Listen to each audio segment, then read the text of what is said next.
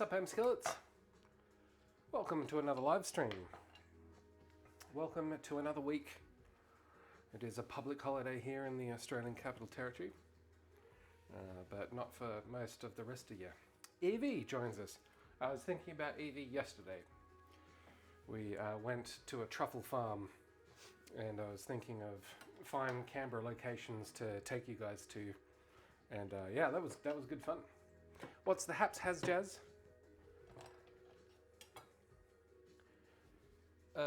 Panda also joins us. Oh man, well, hang on, wait, before I get too distracted, we're gonna do, you've seen me do this one a couple of times. We're doing a leek and cheese crostata from the best geek cookbook that there is, in my opinion. It's the Elder Scrolls Official Cookbook Volume 1. So leek and cheese crostata. And then we're going over to River Cottage to cook one of my new favorite salads. I was showing Wolfie this a couple of streams ago, and I can't find the recipe. How's it going, Panda? What's on the menu down your end of town? I will show you the truffles. Yeah, here we go. So green bean, new potatoes and olives. So this is kind of almost like a deconstructed pesto. I'm going to use snow peas instead of French beans tonight, but this would be fantastic picnic fare, but I've made it for lunch and made it for dinner, and it's really good, really straightforward, and just a nice variation on the old, it's like, okay, well, what salad are we gonna have? Often ends up just being a chopped salad of some sort. This is a good one. I will choose to misconstrue your comment, Evie, and he's playing a lot of Olivia, so it's playing the old Olive game. I am going to get Oblivion. I haven't played Oblivion. Sometimes we have Oblivion music on the soundtrack here. But it is on my list of things to buy and to play. Tell me about your salad life, and I will show you guys the truffle I found. Just make sure that's... Well, actually, Panda... Oh, hang on. That's... you will like these... Why? Hang on.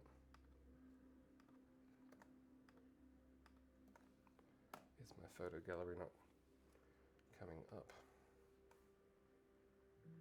No. I've just started self-hosting all my stuff. If he's not the biggest salad fan, but for Panda, definitely for Panda. Cool. So there is a giant truffle farm.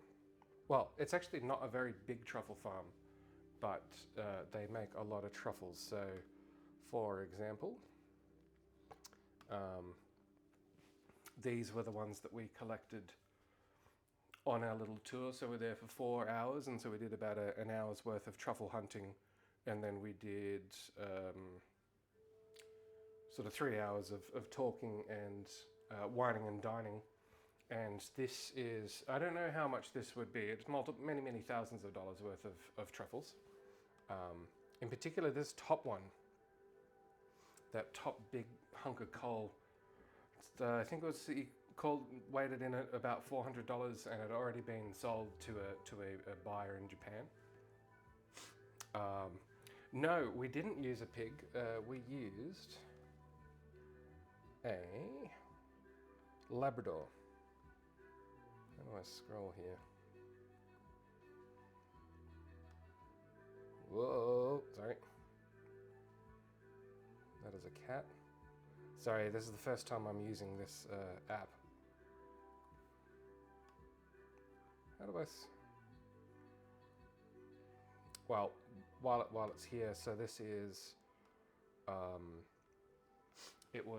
it's in the shape of a lotus flower, but it was, I can't quite remember, it was a deep fried sweet batter of some sort with caramel and hazelnut topping, I suppose, with pretty sure it was parmesan, and then obviously a big slice of truffle.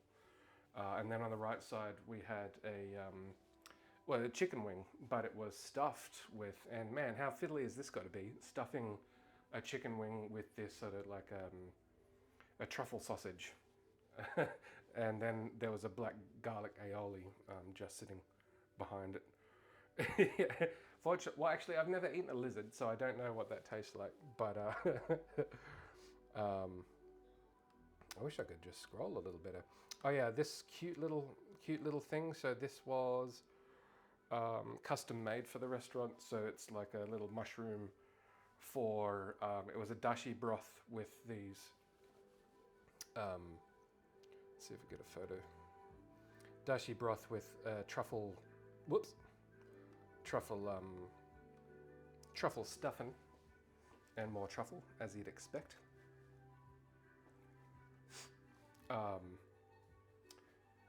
That was definitely the best meal, the best dish out of the lot. So we had 7 dishes. That was absolutely fantastic. And then also duck. So this is duck with. This is an heirloom, the yellow thing's an heirloom beetroot, and then the sausage on the side, I can't remember what that was, and then...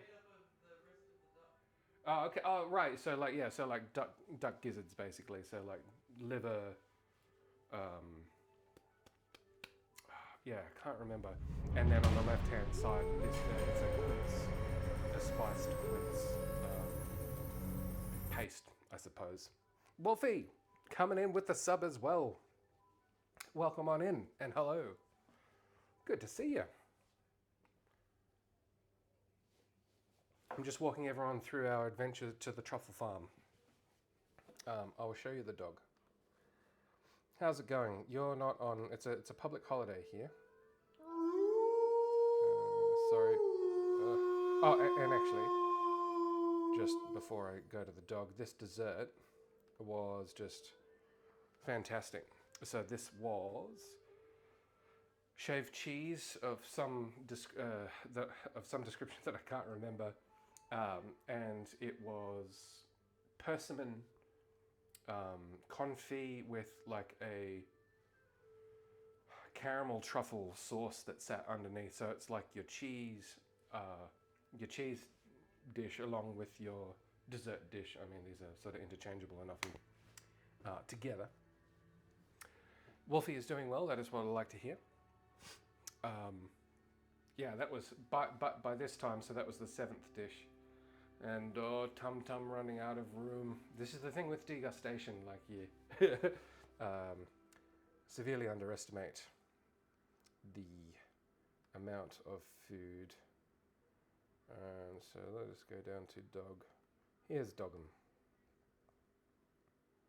I don't know if I can zoom in here. But so this is a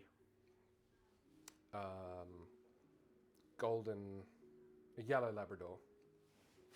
And it was going to be a customs dog, so like a border force dog.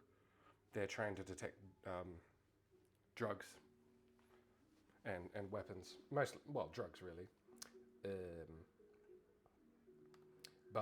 And he wasn't good enough for it, so instead they,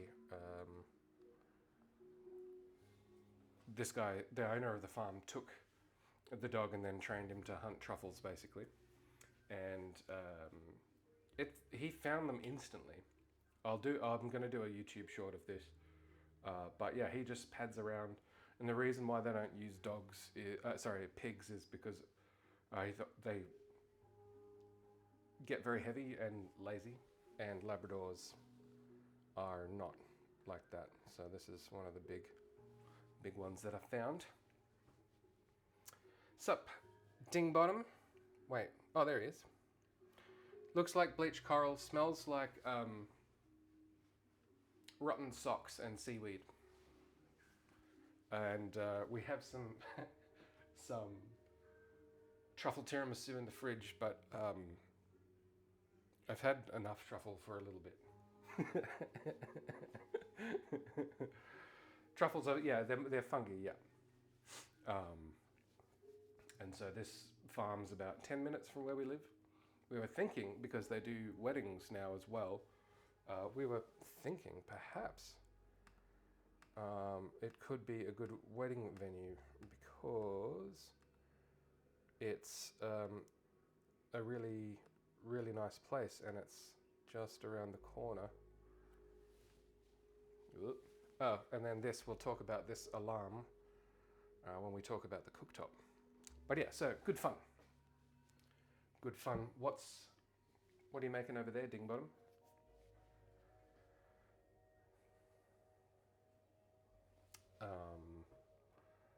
Hang on a second. Catching up on the chat.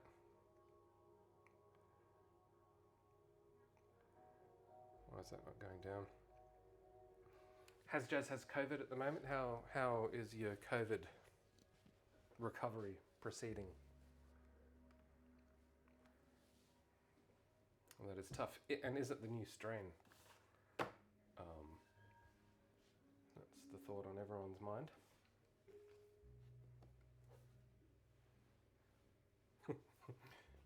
Well, yeah, and so I mean, I don't. So at what was it? So it was $400 a kilo. No, $4,000 a kilo. Yeah. Anyway, so this guy is an expert truffle guy, and spent time in Europe training the Europeans to do it, and apparently he runs his thing just around the corner. So we're not going to use any truffles tonight, because there is a thing that's too much truffle.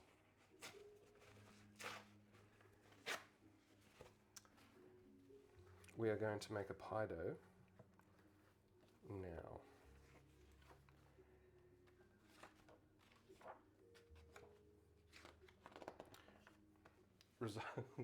Risotto with chicken, bologna beans and rosemary with a pan-fried frog. Sounds good.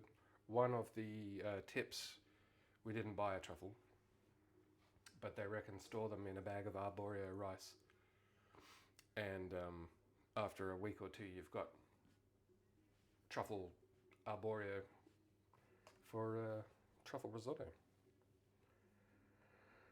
I don't have rye flour, so I'm going to make a wholemeal pie dough. Is what I'm going to do. I could go for some risotto right now. So it was a good afternoon outing. I'm going to do plain flour and wholemeal. And that is open.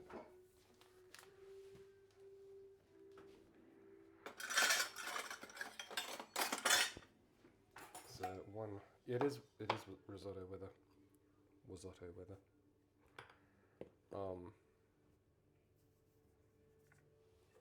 Yes.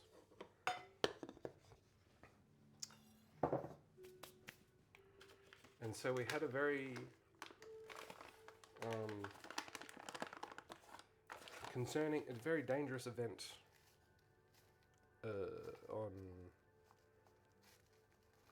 because I've mentioned a few times on stream that this cooktop has been acting funny. And on Friday, at about just before 3 in the morning, the smoke alarm went off, and then Siri on every device started chirping, saying "wake up," because what had happened was we'd left the pan on the top, and it turned itself on. And it must have been on for, I don't know, probably like 15 minutes or something like that, and whatever residual oil started to burn and filled the kitchen with smoke. And this is the importance of smoke alarms. I actually had earplugs in, and it woke me up pretty quickly. But I've never had a smoke alarm go off on purpose before, and this is exactly when you would want it to do that. And it was cool because so Siri like heard that there was this warning beep, and so we have got 1, 2, 3 home pods, and she turned them on as well as the beeper out here. So pretty friggin' concerning. So we have someone coming out shortly to look at it. It's not installed properly, is what I think. Well, is the case. So wholemeal, plain flour, half a teaspoon of salt, butter, 6 tablespoons, quite a lot. I'm just going to give this a mix.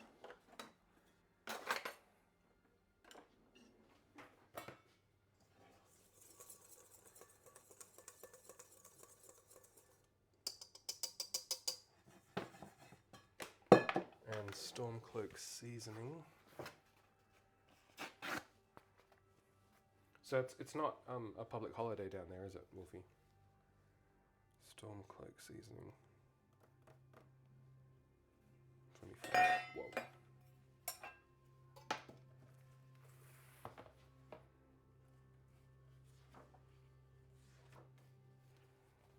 Dill. Grains of paradise don't have. I just use fenugreek.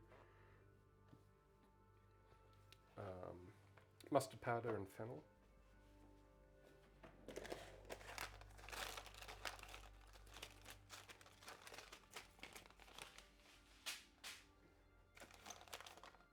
Didn't say mustard powder. I happen to have some. And then dill.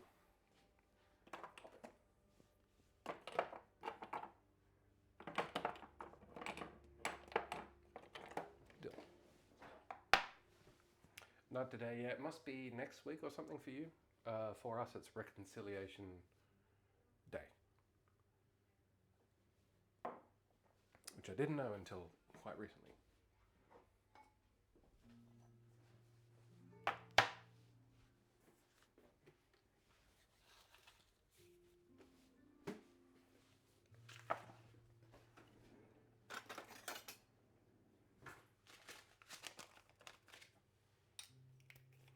Two teaspoons of dill, which is basically all of this.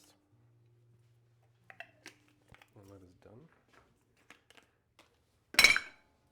Oh, that was a bit loud. Fenugreek.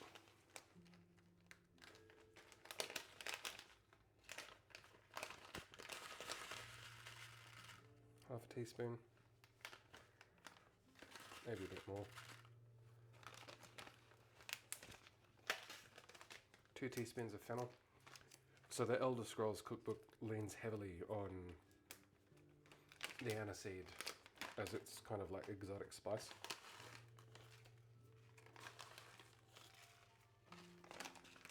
Yep. And then a teaspoon of mustard powder.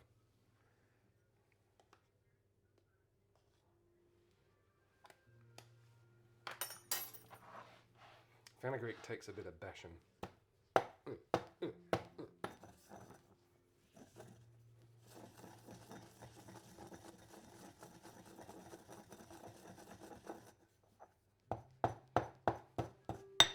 Such a good combination. This is very similar to the aquavite recipe, which is like a flavored vodka. Uses very similar spice set.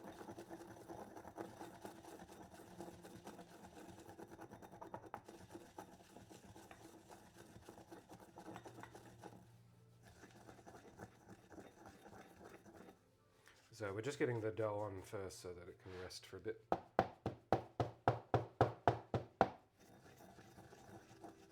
Oh, it's chilly.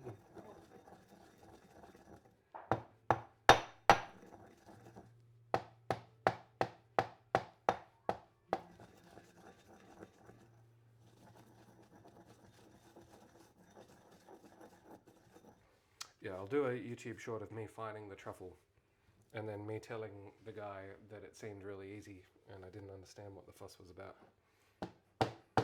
Everybody had a good laugh.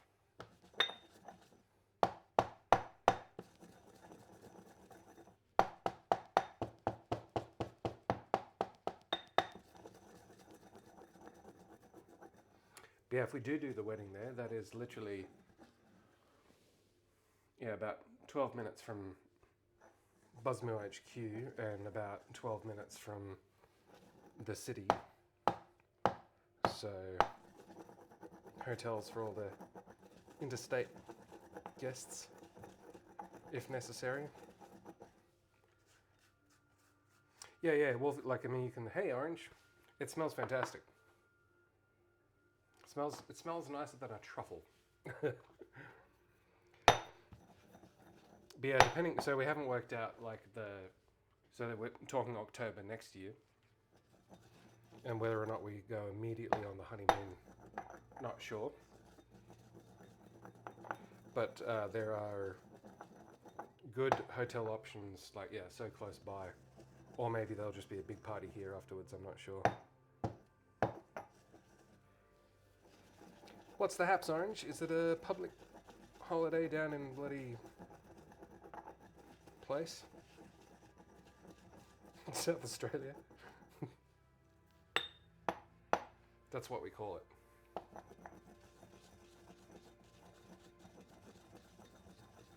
Nope. But surely you would get one at some point.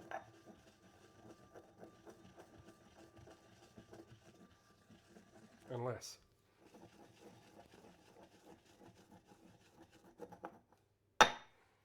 See, that's a good strategy. That's what I do. I'm like, this is too much. I'm leaving.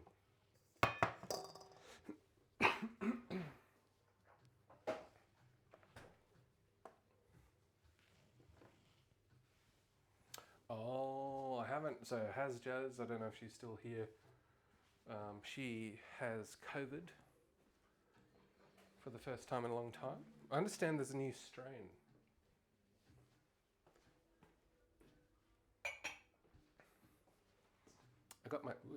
I got my flu vaccination probably a month ago, but I haven't got a COVID vaccine this season. My doctor didn't think it was necessary, so I didn't, but I could, and I may. We're doing a CSSM this evening, classic Australian red blend. Yeah, I've been thinking exactly along your lines then, Orange.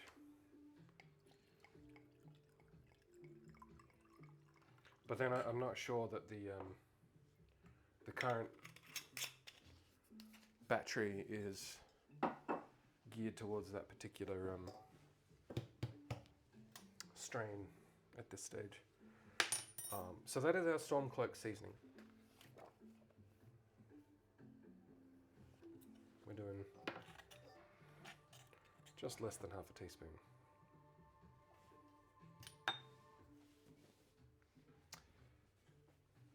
Has made a big lemon slice 2 weeks ago.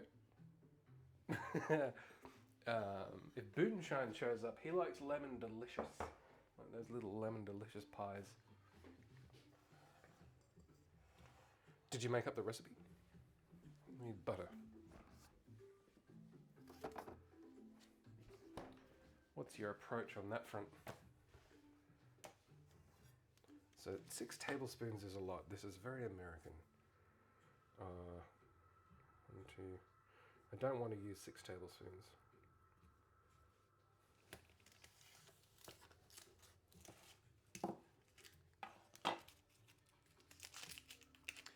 Classic mother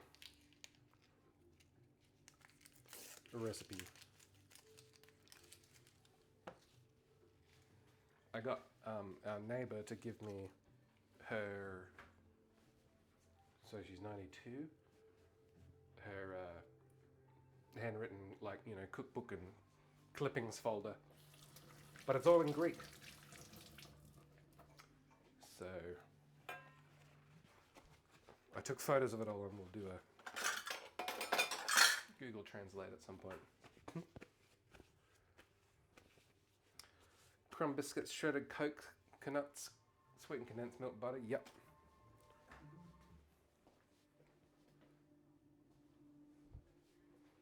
I'm with you so far. Butter, icing sugar, lemon juice and zest. When I get this on, I'll show you, there's a Heston recipe for lemon tart that I've done a number of times. It is really, really, really quite good. And it's not unnecessarily complicated.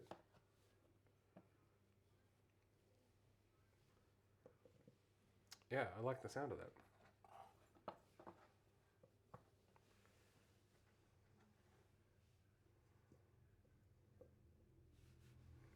So, I'm not going to get RSI from doing this by hand.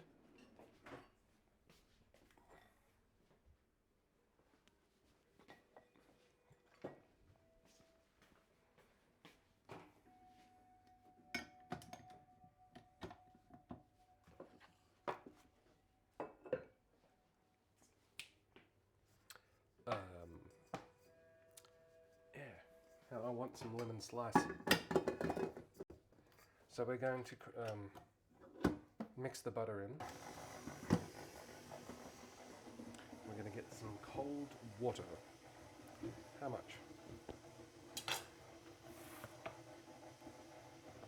A third, up to a third.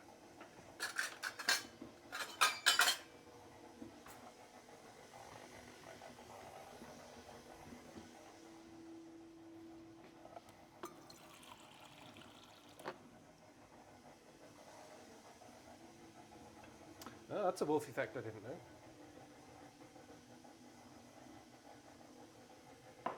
I have indeed. It's been a long time, but I have. What am I looking for here?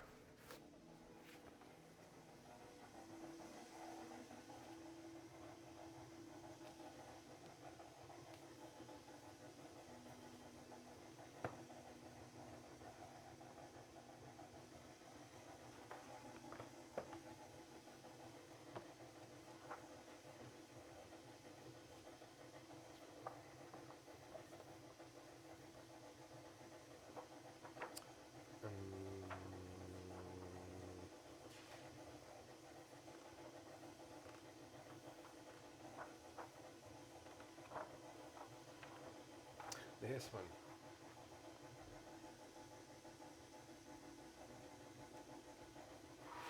So, whoa, just put the corner of the book in the butter. So this is not complicated to execute, but it still does have. What you learn from Heston is that heaps of butter and eggs makes anything good. So for the filling, you got like 1-to-1 cream and sugar, 9 eggs and an egg yolk. And in the pastry, you've got icing sugar, 3 egg yolks, flour, butter and salt. It's not a complicated thing, and really the only sort of like Heston-y thing about it is just making sure the temperature is right. You don't want to overcook it, otherwise it turns like to a cooked custard kind of thing. This is Heston, yeah. At home. So this is one of the better. In fact, like I would put both of these really quite high on the list of cookbooks. This one is. I've cooked a lot of these. This changed how I make mashed potatoes. Yeah, really, really worth getting. Whatever you think about Heston or the celebrity chef sort of thing, there's some great stuff in here. Like the chamomile panna cotta is another one. And what I really like about it is there's science at the beginning of each of the chapters. Creme brulee is good too. So I have most of Heston's books, and just get this one if you want to actually cook something out of it. Yeah, Heston at home. The rest are a bit silly. Unless you have a lab. Okay. I'm going to add the water.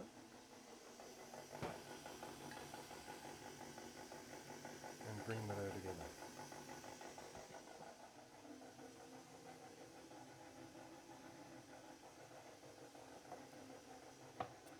So for the longest period of time, I was dumping potatoes into the hot water. Now I don't. Washing them, letting them dry, cooking them from cold, adding a ton of butter and mustard. It's just, it's a different story.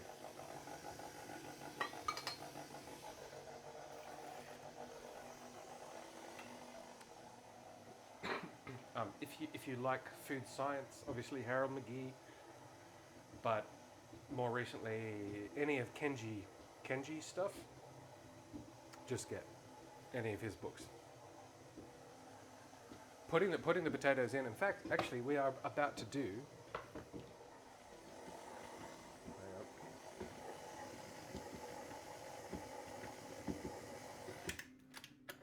I'll do the rest by hand. We're about to boil some potatoes, but we're not going to mash them.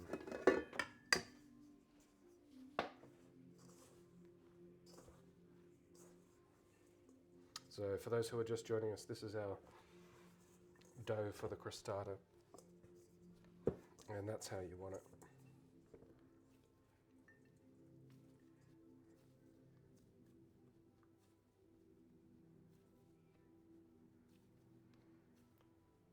I'll send you a photo of the Heston recipe then. Also, like double and twice and triple cooked chips is not a it's not flair, it makes a huge difference. This goes in the fridge. Do we have room?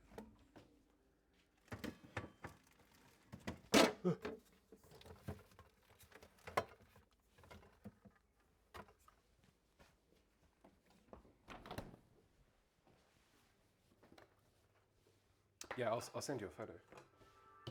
Potatoes. So,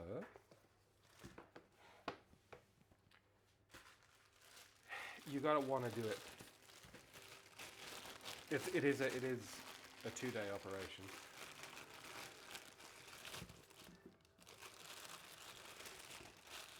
But it is good.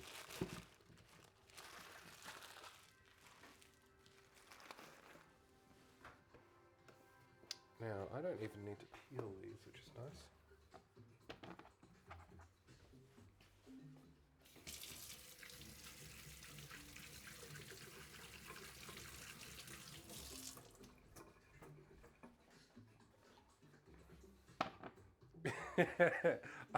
Okay, look.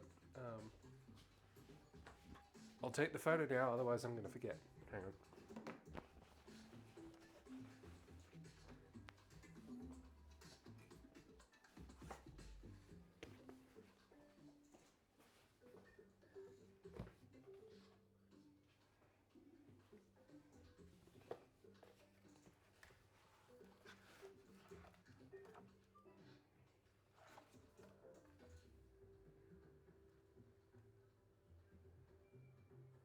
Two, four, five.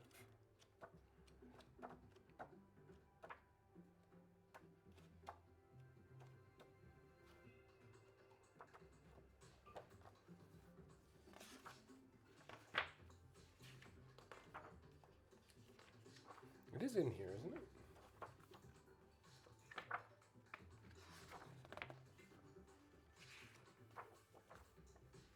Where did I get it from somewhere else.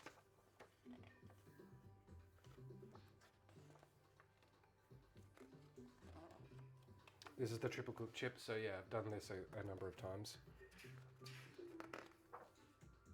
Pom puree, yeah. Where is the thing?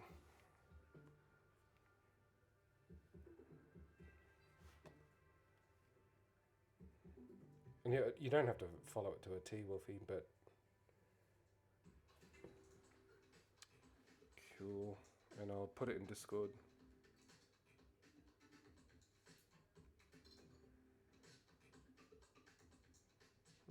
Discord is not loading.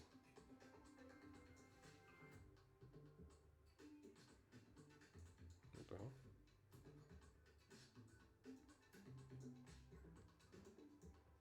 Are the Discord servers down or something? No, there we go. I'll put it in the stream recipes channel.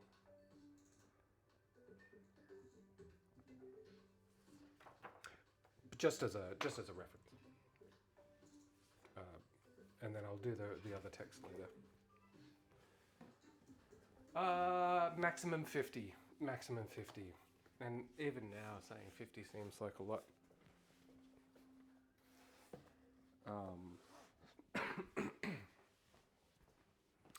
So, something along, no more than that at least. And yeah, Truffle Farm is pretty high on the list. Because you can, like, it's not just truffle action. They've got big pizza ovens there. The chefs obviously liked each other, which was nice to see.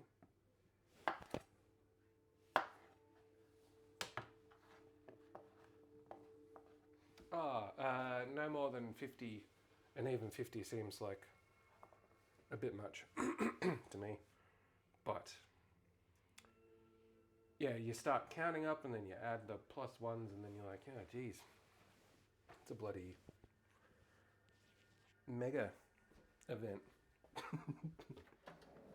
But yeah, something like that.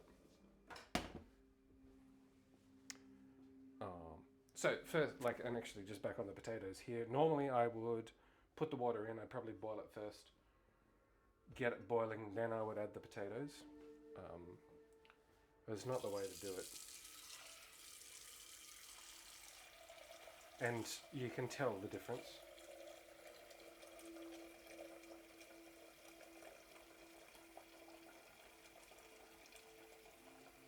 And it's basically just because it takes quite a while for the core of the vegetable to heat up. And so putting it right into hot water means you overcook the outside. Some salt.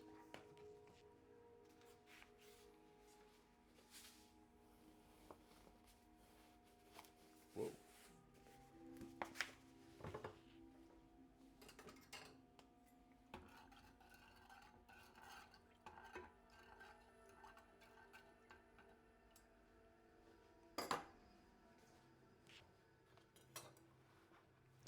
If we don't eat it all, I will make this and potentially that I can have some with lunch tomorrow. Sandy.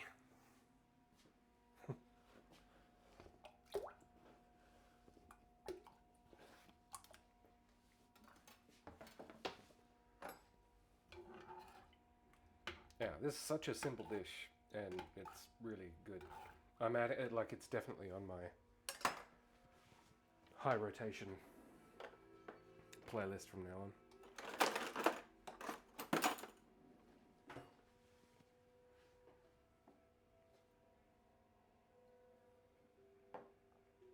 Okay. Calls for beans, gonna use peas because we got them.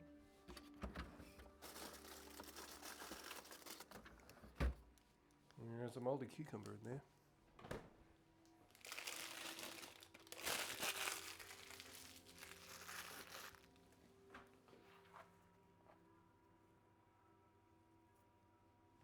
Whoop.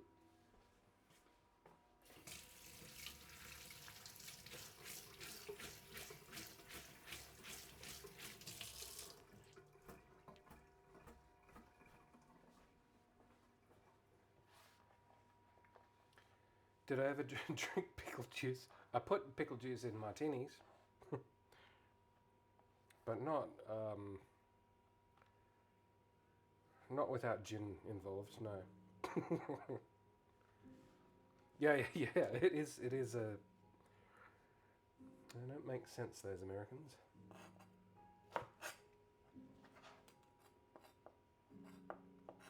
So these peas are a bit old, so that's why I'm being a little bit more aggressive with the offcuts.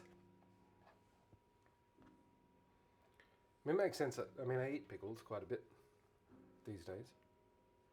But yeah, good for a dirty martini. Hey, do we have... Oh, we do. I'm putting this in the fridge. Because we have some gin. This, I would say the extra dry Cinzano is... You want to go a bit easy on that because it's pretty dry.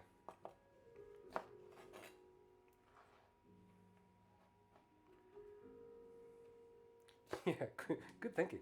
Whoops.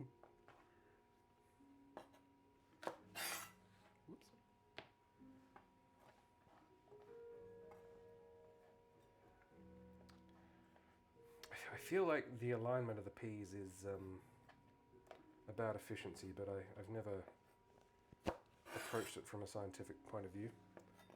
Just gut feeling.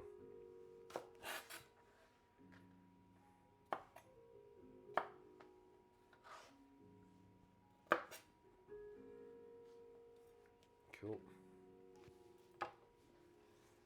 So we mentioned before, this is kind of like a deconstructed pesto, or a pre-blitzed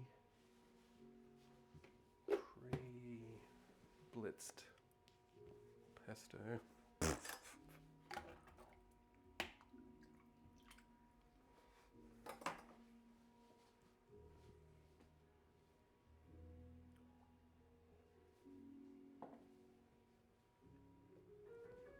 Going in for some olives.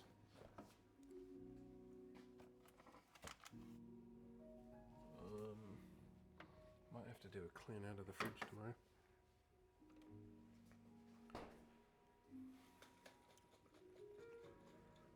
So, God.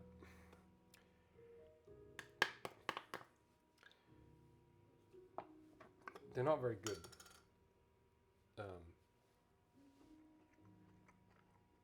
Like, there is something going on there.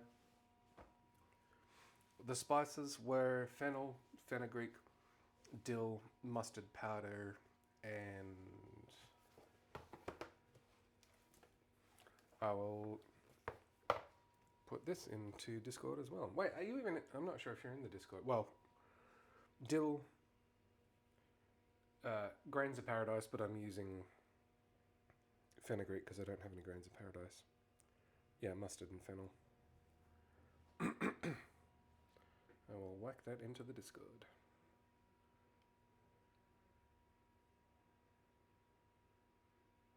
Ah, that's the wrong way.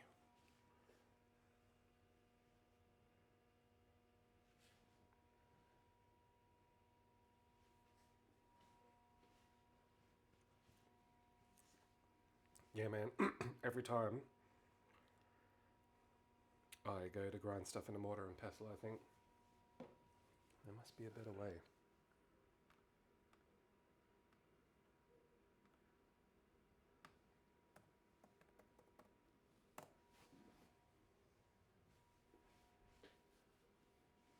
We do have a spice. We've got like a ninja blender.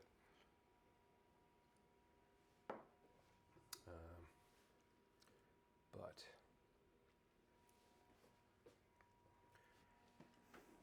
what can you do?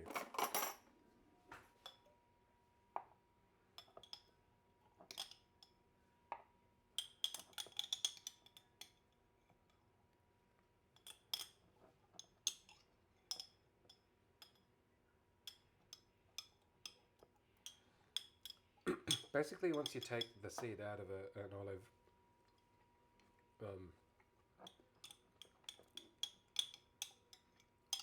it stops tasting like very much.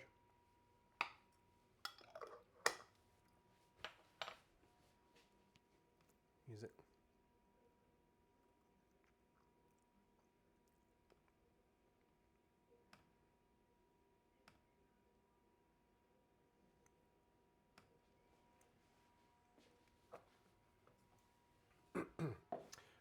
Because absolutely it is. And if you look at things like, I need garlic, but seeds are the nutrient sink for the fruit. So like avocados, for example, parthenocarpic avocados, they can't grow. You can't grow seedless varieties of them because the seed is the thing that pulls the nutrients into the fruit. Which is why, and convenience, right? Like there's no problem. I'm not saying it's the end of the world. It's just there's a huge difference.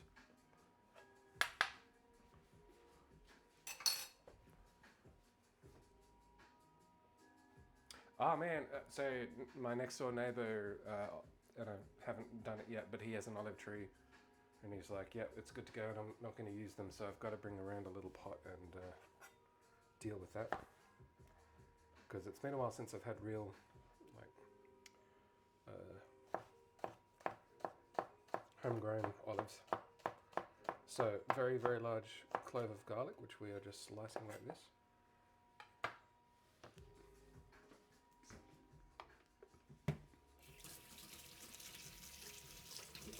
Couldn't find any basil, so we're going to use parsley.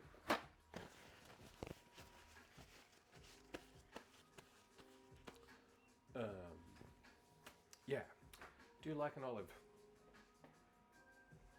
What we're going to do now is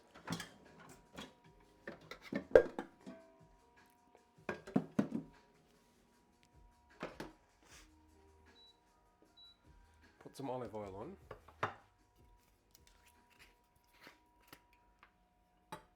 And we're going to fry the onion, the garlic, and then get the olives in. Don't really want to color it or anything, but like we just want to flavor the oil and make the garlic sweet.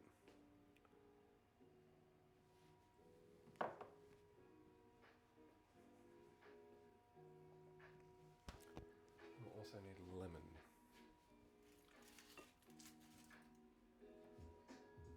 That one's looking pretty sad.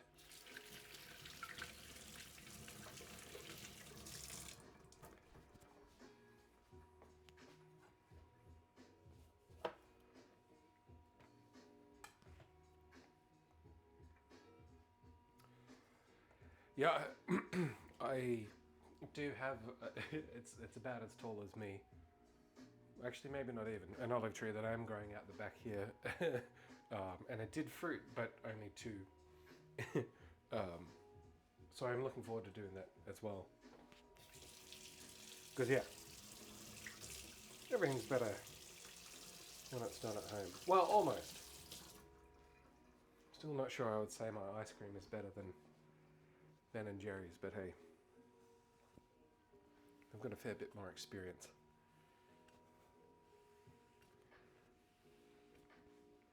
Don't let Panda see how I've stained this knife.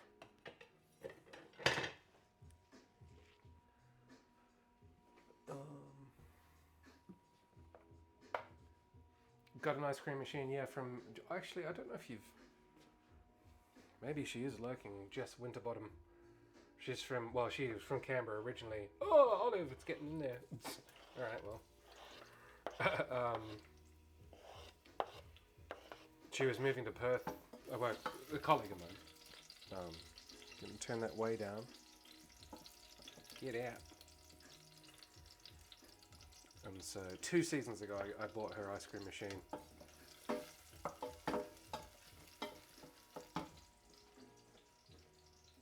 Oh, man.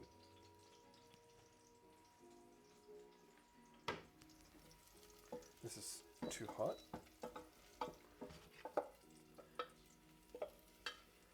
don't want to burn it. It's not really a confit, but I mean, we just do have oil and garlic. In fact, I'm just going to set it back here for a second.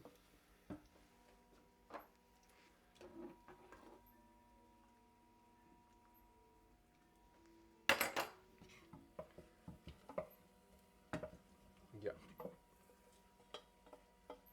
Smells good.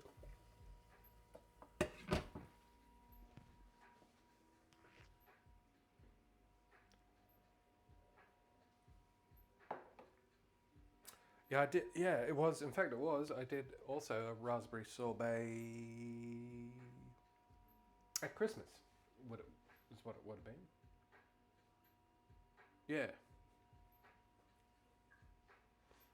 It's just a Breville, you know, the usual sort of standard issue consumer majigger. In fact, we had truffle ice cream yesterday, which is Shelley's arch nemesis. After a less than ideal previous experience. But they use liquid nitrogen at the truffle farm, and it was pretty good.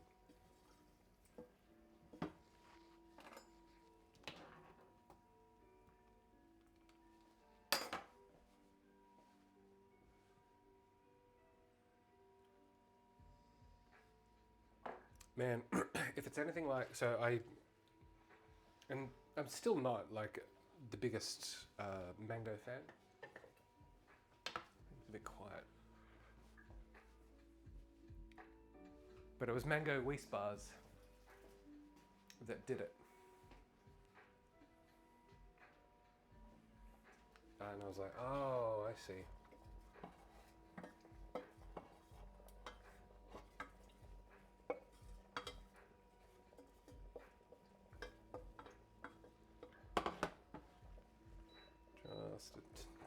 That's on the lowest.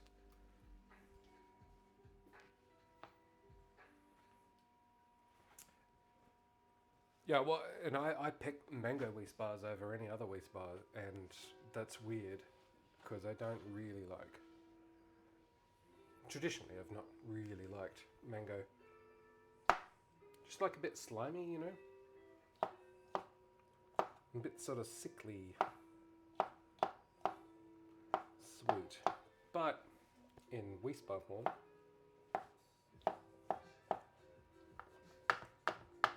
I'm up for it. The berry one, see, because I was going to say, it's like, because I get, if I ever get a Weiss bar, I get a mango one. I can't remember the last time I had a berry Weiss bar. Sounds like a very Queenslander thing.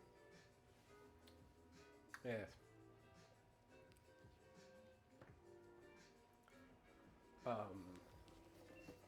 You know, I'm going to turn the exhaust on.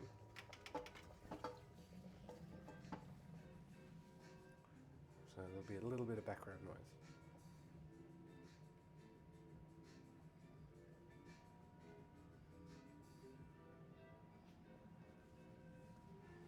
Are there even different, in fact, while things cook, we can actually look at that. Just realised my chat overlay isn't displaying on the stove cam. Which is fine, I'm not actually streaming to YouTube tonight. I need to troubleshoot a few things.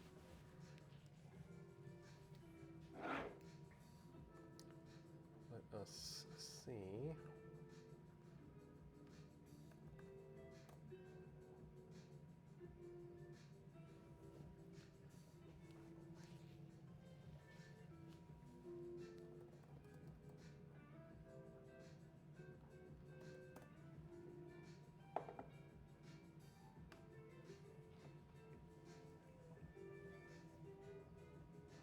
Orange is out.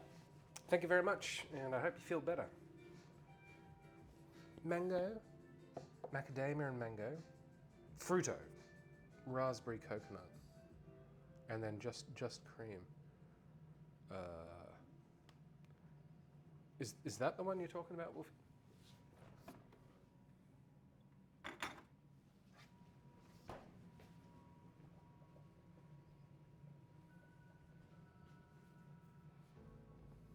But yeah, the mango is where it's at.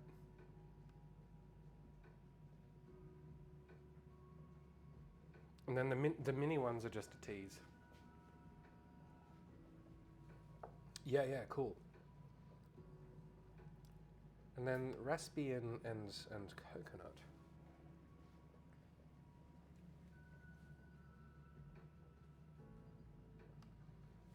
I tried the macadamia one.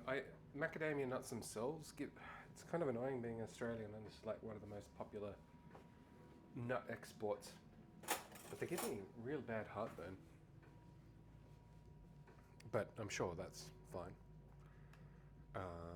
But yeah, mango. Really need to move this key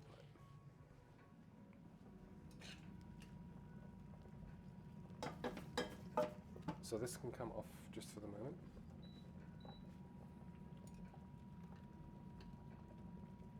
Stay still. Still got some cooking to go.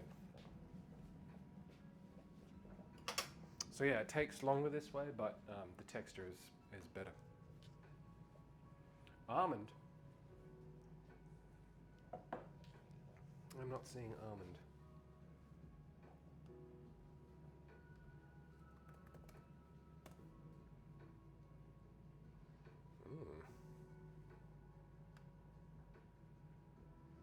Oh. Yeah, I would eat that.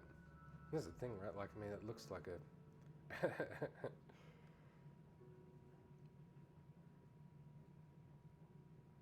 Now, magnums. I don't know the last time I had a magnum, but I do like magnums.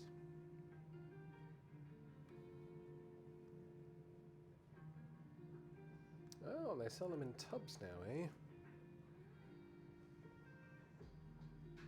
It's probably Vice. Is it not Weiss? Is it Vice? Is that a play on German?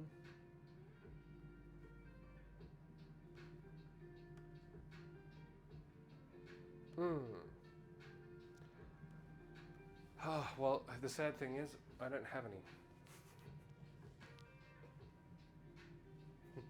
They have tubs now.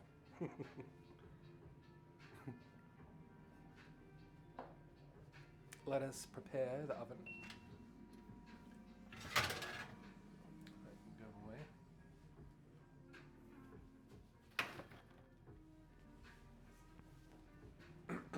Camera.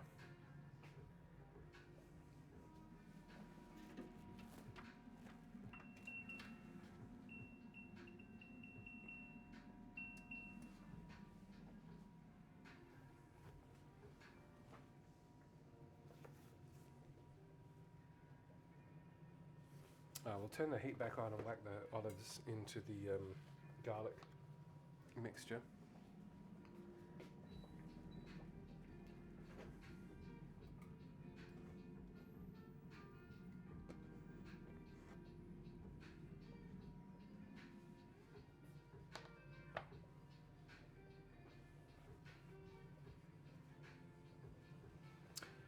According to the internet, Vice,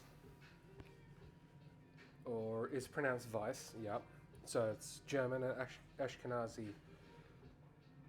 Oh, white. Okay, so Ashkenazi Jews, in fact, so I think Paul Komisarov, so these are Ashkenazi Jews are Russian, of like Russian descent. I'm going to turn down that. I think is how it works. Vice was a privately owned Australian company and then sold it to Unilever, who owns, I think, like 1/3 of everything on the planet. But I feel like that's a missed opportunity. Like Vice eating like dessert. But what do I know? Yeah, there's almost nothing that's not Unilever, really. I'll probably just pick something randomly that isn't, but... And sometimes they don't even Yeah. Big company.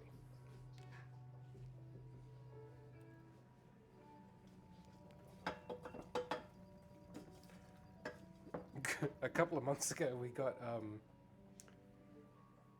a Viennetta ding bottom, and I was telling Shelley that it always reminded me of dinner at Robert and Alison's, because like in the 90s, the Viennetta was sort of like pitched as a kind of like premium, for adults ice cream rather than, and because there was it was a wavy sort of thing, and the rule was Robert was you can only have 3 waves worth. That's how we divvied this up. Anyway, we got one the other day, a couple of months ago.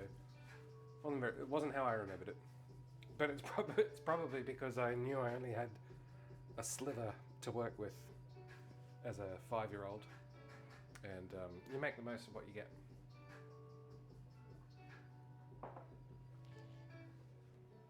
And also, I'm coming around tomorrow. I forgot to message Mum. So to help move stuff for the carpet. So I'll come around in the morning, probably like 10:30 or something. Okay, this is going good. Going to go in with the peas. Whoa.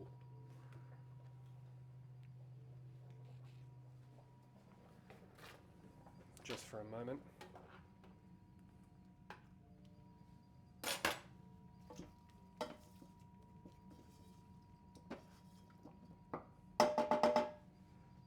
Yeah, I'll be bringing this to the next picnic we do.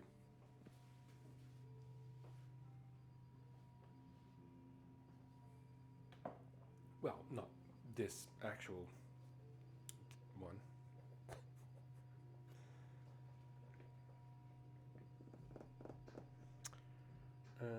And then we go in with the parsley.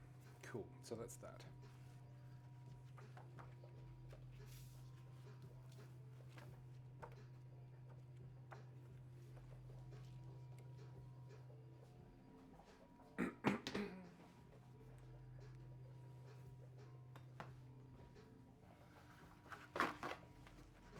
Must not forget to be honest, I'm just going to turn the cooktop off at the mains until I get someone who knows what they're doing to actually look at it, because it's pretty dangerous, frankly.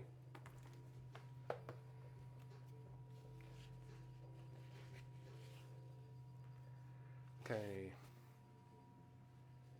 let's get this out.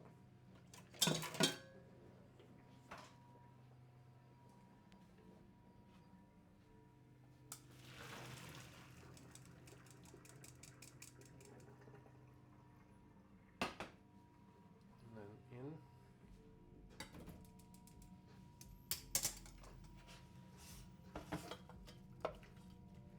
So now we've got the flavoured garlic, olive oil,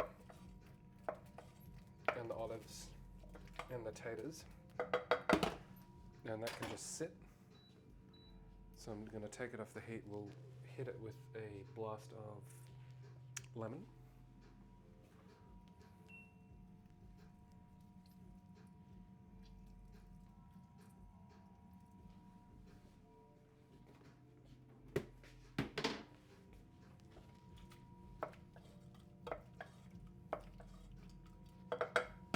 And salt and pepper and parsley.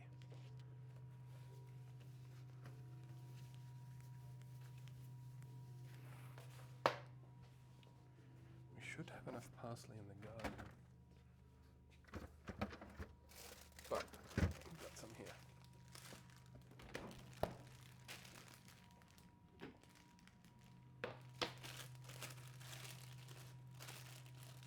Ooh, that's a bit rotten actually. What sticker? Hang on, I'm going to grab some parsley.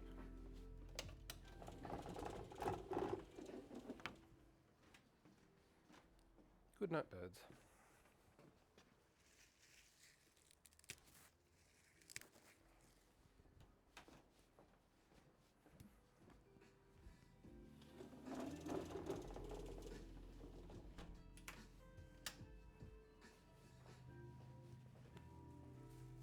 Oh, that would have been Wolfie's worst nightmare.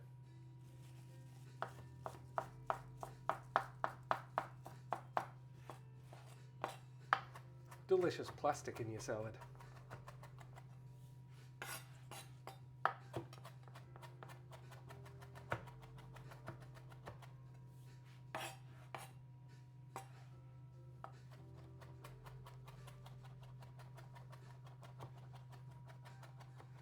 Imagine if you ate it and then it got like caught in your throat pipe.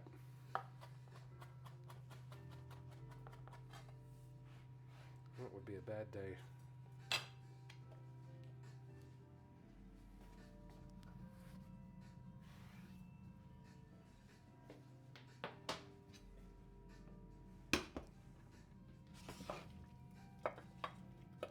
So this is our salad.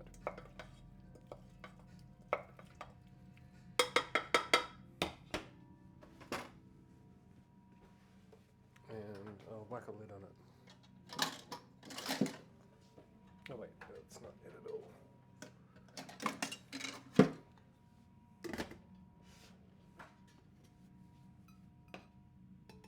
Hot.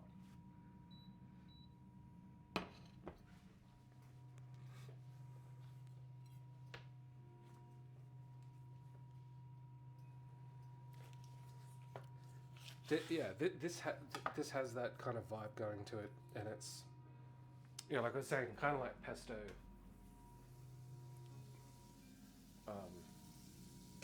Yeah, it's a good one. So we need Leek. Second one. No.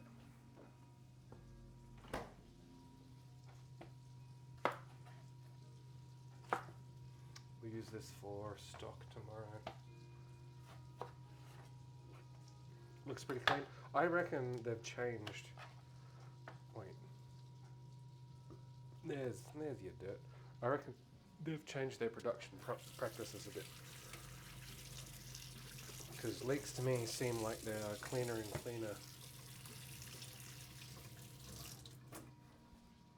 as every year goes by.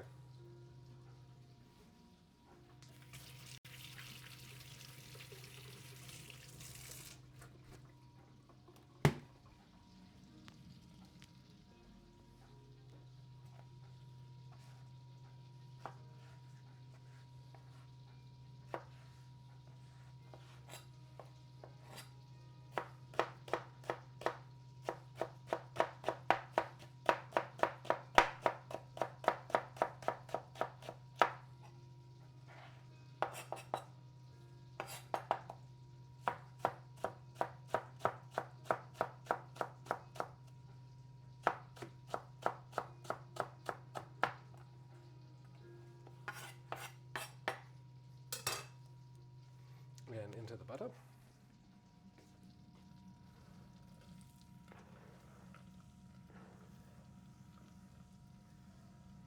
And so this is the mix for the crostata, for those who are just joining us.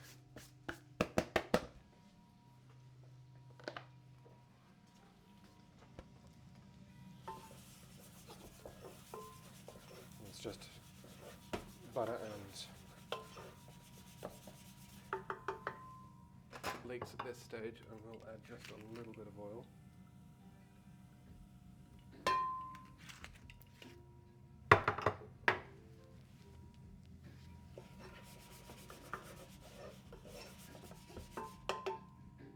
A little bit more heat. Just realised I forgot to add salt and pepper here.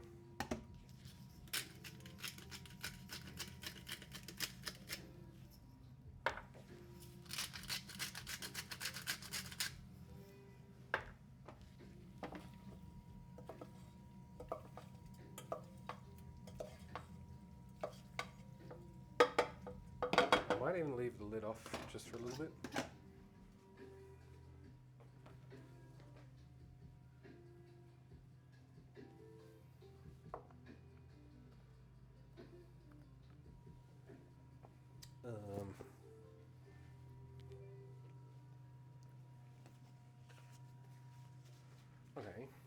How long? 1 hour and 13. Not too bad.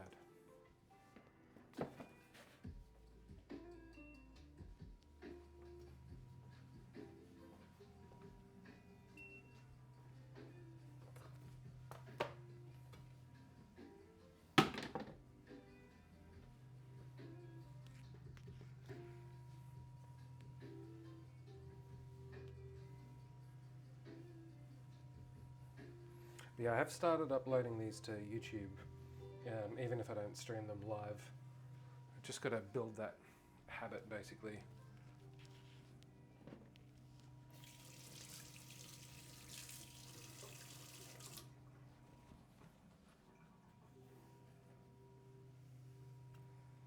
Thanks, Panda. It's getting there. Pretty random combination. What was the last dish you cooked with truffle? No, wait, just the last dish you cooked.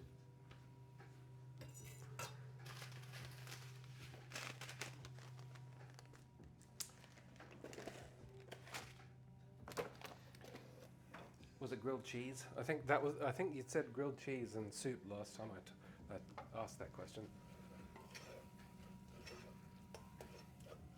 So we want these. We're softening these. God, I hate how it's so touchy. They get quite sweet. The leeks do.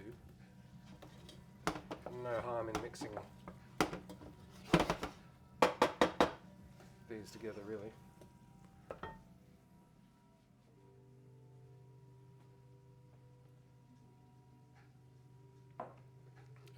Now what do we need to do? Cooking the leek. We're adding flour, so we've got butter in here, so we're making a roux, but we've got the leek already in there. How much butter? 2 tablespoons. And I'm only making a half quantity, so 1 tablespoon. And then cream, and then we go in with the cheeses, so we need to grate them.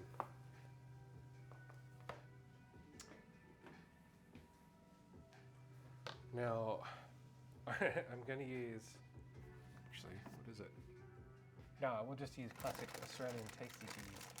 Whoa! No, cream. Stay calm. Shit. And some Parmesan. Yeah, there wasn't any Gruyere. I'll put this down to the public holiday.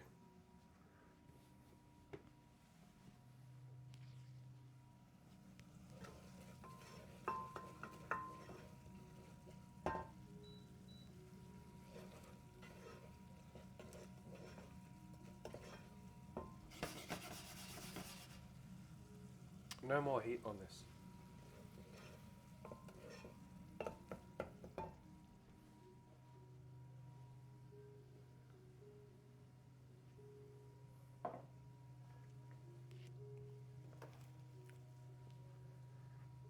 So half a cup of cheese, and then Parmesan on top of that.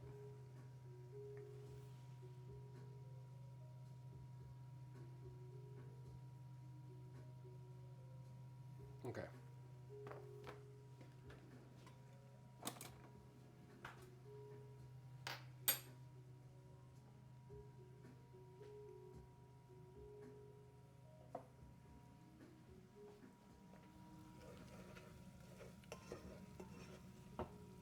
Fan can go away. Sorry, I forgot about that.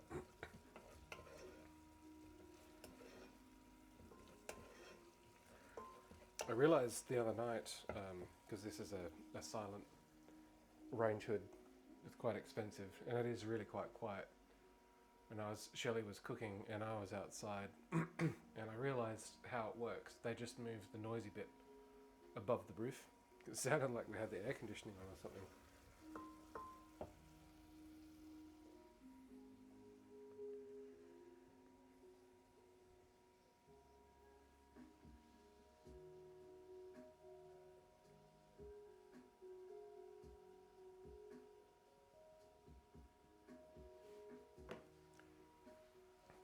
change of plans going around to Cafe 49 on Wednesday morning, which is fine by me. Yeah, no more heat at all on that.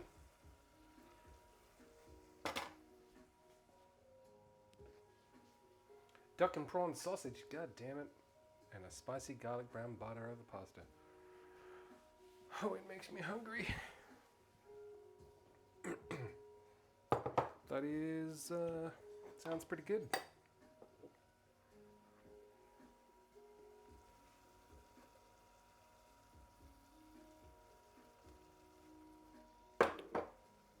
So,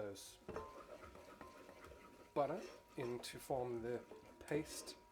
I don't know if the French would call it a roux if there's other ingredients already in it. But the point here is we are adding the butter, adding oh, there's a olive that's in there now. Yeah. We're cooking the flour so that it doesn't taste like raw flour. One of the best little kitchen hacks that I've come across, no, not kitchen hacks, just a technique. Baking flour in the oven and browning it in the oven, and then going straight into a butter to do like a browned kind of roux, not blanc, but just in, like, you don't need to cook the butter because you've already browned it off in the oven, and having a little container of that. And I think I still have some. Anyway, this is the base of all French. Well, this is like the base of the French white mother sauce. And this is our Crostata filling.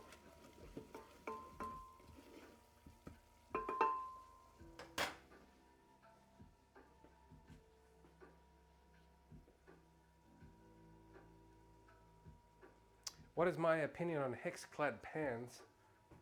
My opinion is I don't know what the hell that is. House-made pickles, veg on the side.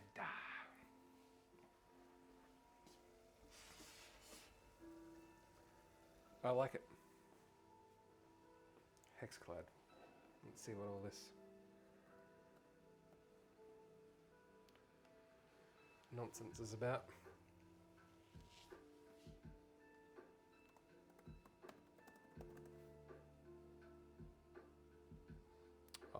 Oh, brand. Okay, I see. I don't know. I've never used them or seen them. What I will say is don't like, if it looks like it's going to work and you need it, I would just do it. These pans that we're using here are ScanPan Haptic IQ, kind of a crap tech name for a pan, but these are layered steel, so there's a 5-layered steel rather than aluminium or copper, I guess. They're fantastic. They're very heavy, like very heavy, too heavy, I would say. Not cheap, made in Denmark, like actually made in Denmark. Love them. Heavy because you got steel in here, right? And it makes all the difference because it retains the heat. In fact, like here, this one is a ScanPan 5-layer folded steel. This is a, I don't know what this is, but it's aluminium, right? And so like it just goes cold immediately. This holds its heat. Better results. Too heavy though, man. Too heavy. Like the wok, way too heavy. Yeah.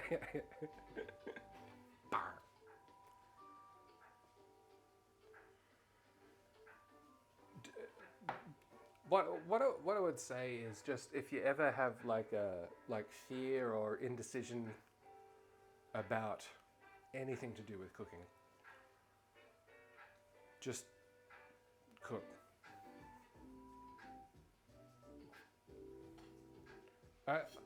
Put it another way. The worst thing you could do is go to Reddit, and maybe you already have. Like, I've cooked on Telfowl, so like Jamie partnered with Emma. Like, this is from the second-hand shop. This one, Reiko, Australian tradition, probably made in China. Don't get caught up on the gear. Just cook. That's my pan policy. And it's a good policy. I can see Shelley's appreciating that policy.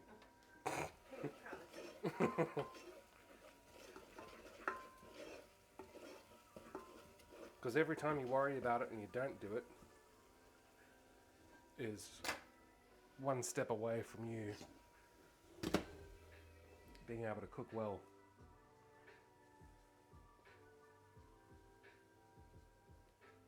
Yeah, man, that's what I'm saying. Same with knives. We were talking about this probably a month ago, and Panda, don't judge me because I've ruined the. So this is it's a $400 Japanese knife. Here is a Australian, like a $180 knife. The same.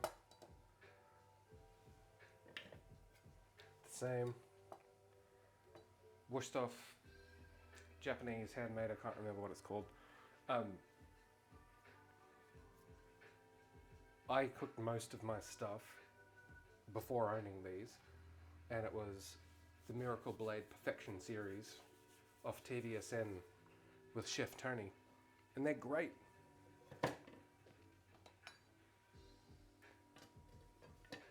Don't get like gear anxiety. I got this also because Zoidenberger is this isn't stainless steel, as you can probably tell. And you got if you've got like a dish pig and then like assistants, you cut citrus, needs to be washed immediately.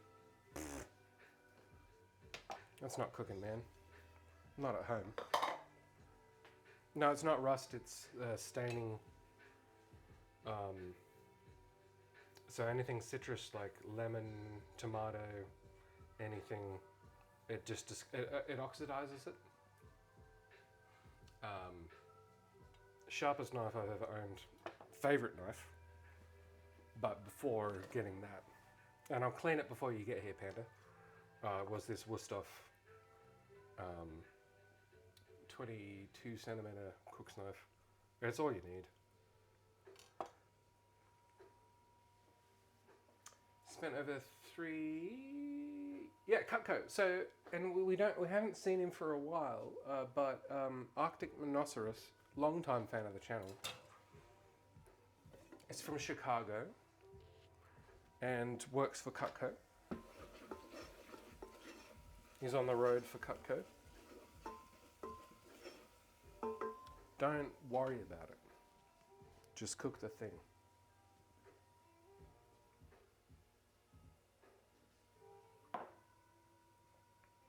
Oh, really? How many people did you stab? And why are you guys still awake? And have you got your tickets booked? All right, now we are going to add in the cream, remove it from the heat, and then we're going to add the cheese.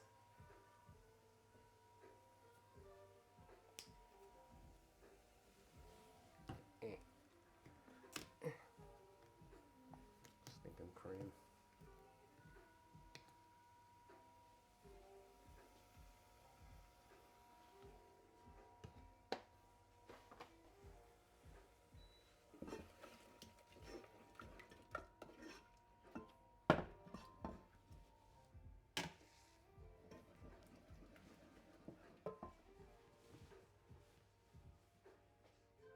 You saw 6 times. You slept till 9. Look, Yeah, 9 p.m. That's a long time to sleep till. Australian tasty, farmer's tasty. Don't know what it means.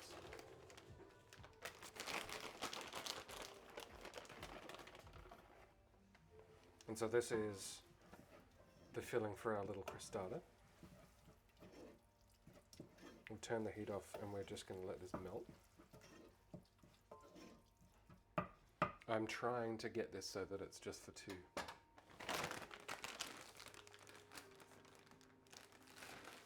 What time do you go to bed if you get up at 9 p.m.? I don't think I ever got up at 9 p.m.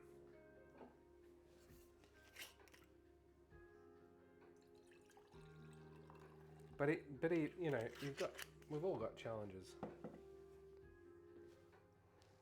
8 a.m. I remember, yeah, like back in the, like just the prior uni days, I'd go to bed at like 5. Boomshine was like that for a bit too.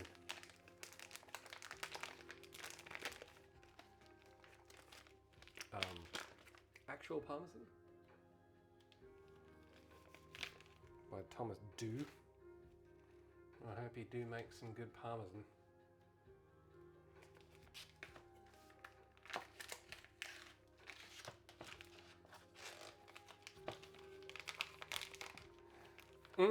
I think the rule for Parmigiano Reggiano is 16 months at a minimum. Don't quote me. Maybe it'll say. Yeah, I forget how it goes, but this is controlled. And it's nice. My music has stopped again.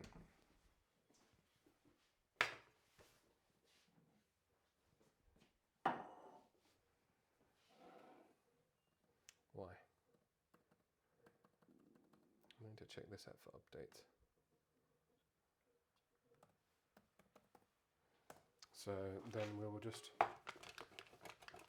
this one in particular, we get this brand occasionally. It's fairly mild as far as Reggiano goes. It's good. Yeah. Oh, yeah. Here, how do you want me to do it, Wolfie? Hang on, let me zoom in. Shall I? I'll hold it like this. No, I'll go like this. Oh, grating the cheese, grating the cheese. Yeah. my natural reaction just pulled my thumb back.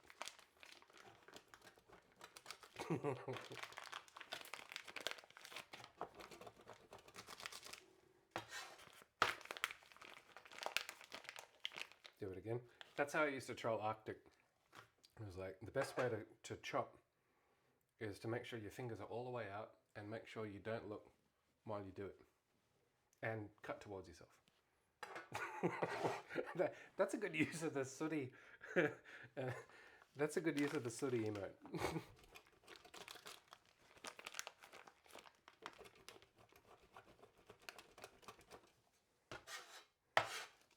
No injuries. Yes.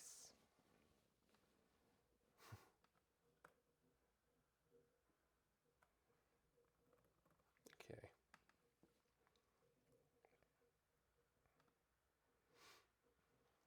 All right.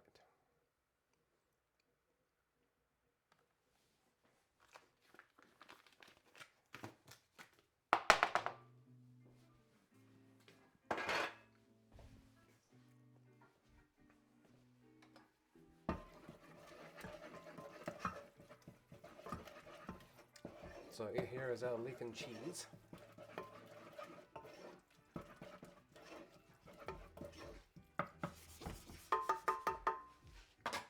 That's all that needs.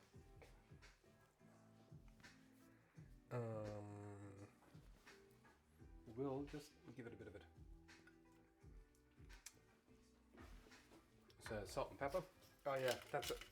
I haven't made this for a while. It's a classic flavor profile.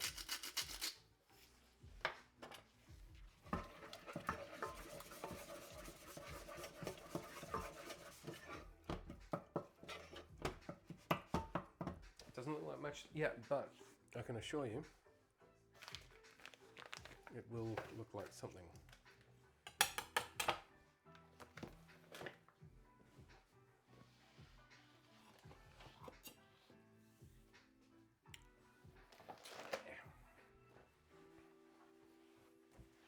Yeah, I reckon we will hit 6 p.m. We'll get the dough out.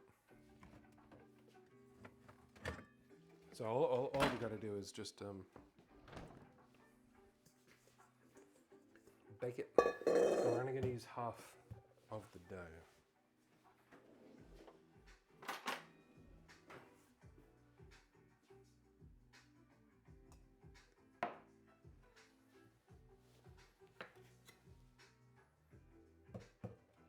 This can be used.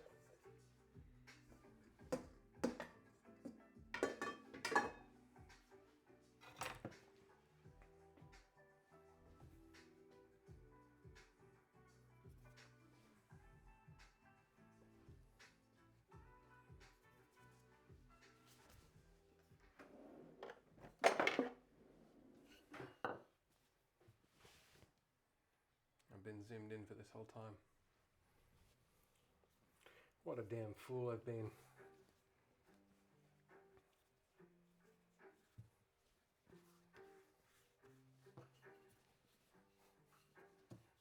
Gonna try and move fairly quickly. We don't want to overheat it or like let it get too warm. I guess it's probably a more accurate description of the purpose.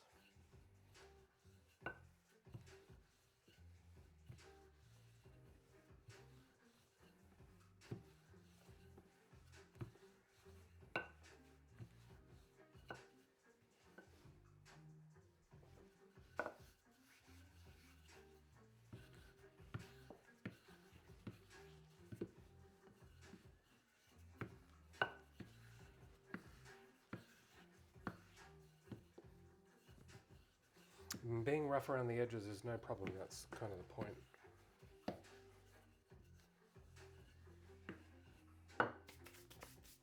Cool.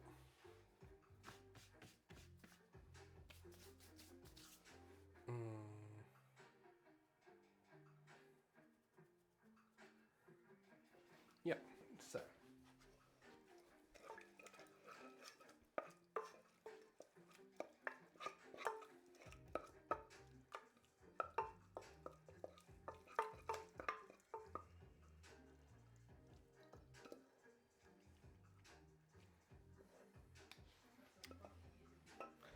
Funky music.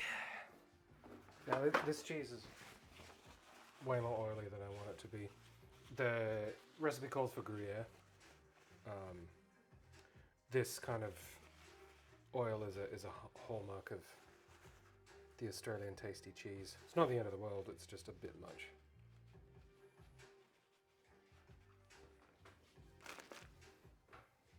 And we're going to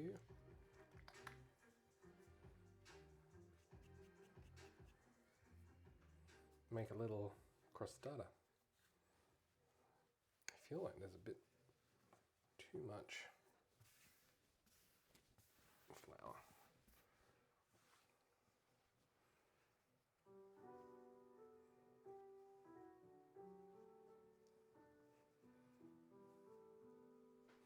Yeah.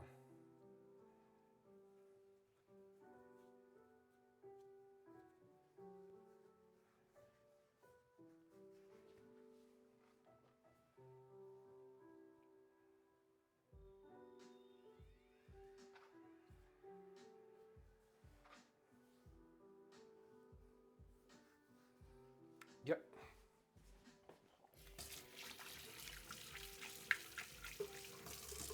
Actually, just going to pinch it down a little further.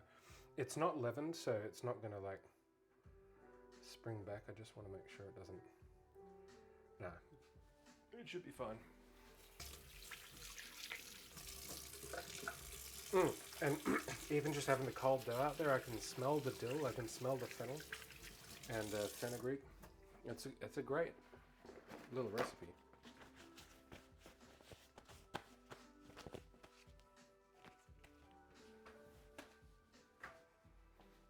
Oven on 180. Whoop. It's already at 180.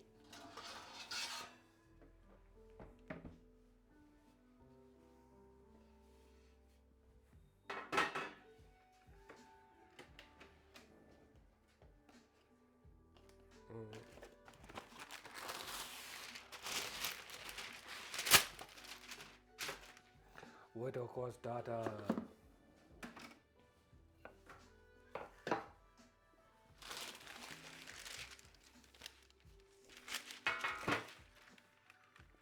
Quickly. You know what?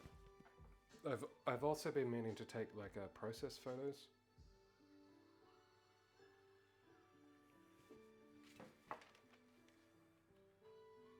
Widow Crostata. Into the oven.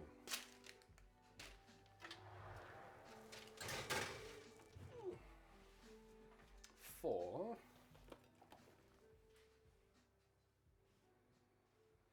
25 minutes.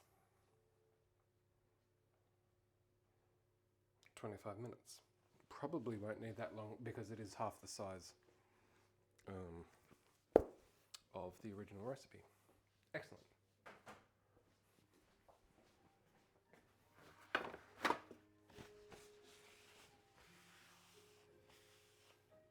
And that would coincide exactly with camera.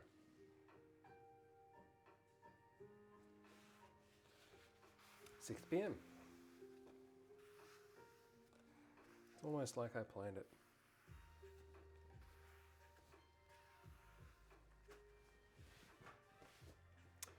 All right, we will take a break. When we return, we will see how the crostata goes, and I'll add a little bit more heat back into the potato salad, essentially, and then we'll be done.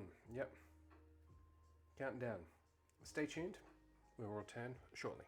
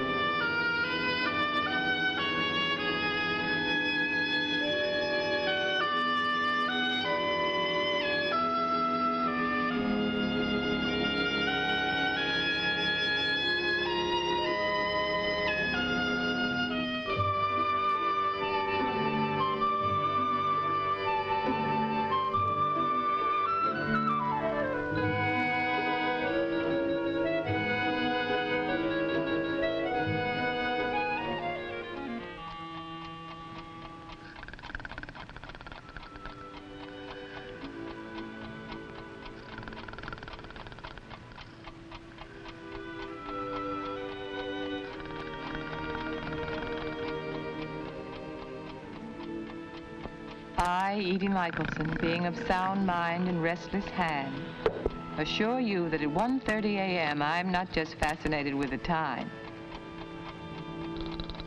nor am I wide awake because of my husband Bob's snoring. It's a comfort, really. I know he has an early appointment. I'm not concerned about my 7-year-old Debbie or my 9-year-old David. Then what is it? Look at me. Do I look like the type of woman who doesn't know her own mind? Oh, how right you are. Oh, I know now what's keeping me awake. 2 hours ago, I didn't.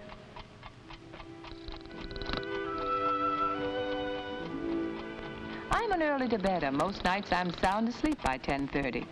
This night, here I am tossing and turning. I finally decided some milk and cookies might help.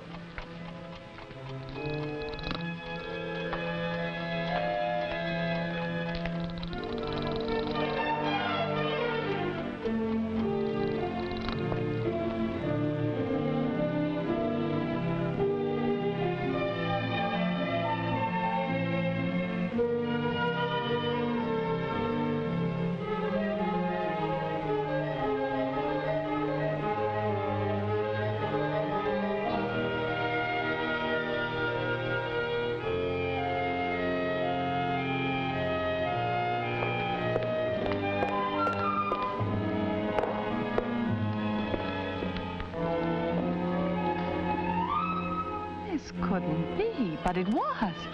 A kitchenless kitchen. I did what any normal red-blooded American woman would do.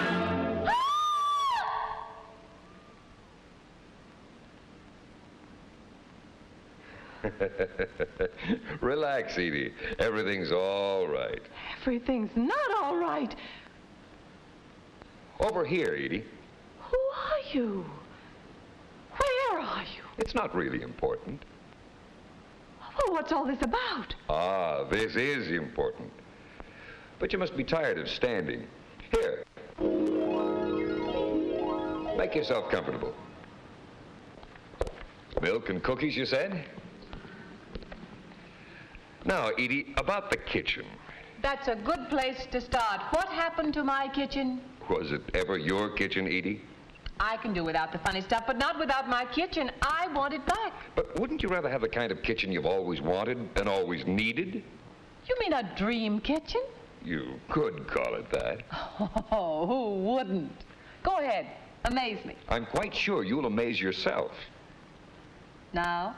Anytime. My dream kitchen. Maybe you see it. I don't. Well, that's because you haven't planned it yet. Me plan a kitchen? I wouldn't know where to start. Well, start with you. With me? It's going to be your kitchen, isn't it? Oh, you mean how I operate in the kitchen, or would like to? Exactly. Incidentally, had enough to eat? I forgot all about it. Then maybe you'll want to take some notes as we go along. Ready? Aim and fire. Okay. Some things to consider about you in planning your kitchen. First of all, cooking. If you're the type who's anxious to get the cooking over with so you can do something else, a compact kitchen is the only answer. On the other hand, if you truly enjoy tempting the family with new dishes, you'll want one of the two basic types of cooking centers. A section of your kitchen definitely planned around your talent and interest in cooking. Then, if you do a lot of sewing, plan a sewing and mending center, too.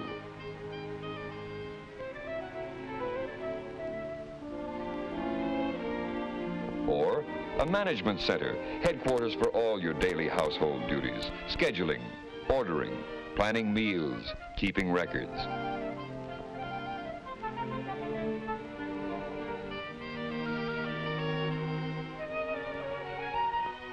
You may include the laundry for step-saving convenience. I suppose a lot of people are doing that today. Doing what? Having the laundry in the kitchen. I'd really prefer a separate laundry room, if that's all right. Well, the whole idea is to plan your kitchen the way you want it. That includes cabinets. Few women like reaching for things, but some would rather reach than do a lot of stooping. Good for the hips, it's said. Probably by a man. Shopping? Maybe you like getting out to market 2 or 3 times a week. Or maybe it's a chore you prefer doing in a big way once a week. That's the current trend. But either way, plan it your way. Same with your 3 basic work centers: range, sink, and refrigerator. Some women like a cozy, ultra-efficient arrangement. But maybe you like the wide open spaces.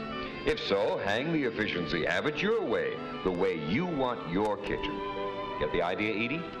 The kitchen should fit me, not vice versa. And your family, too, of course. You have 2 children?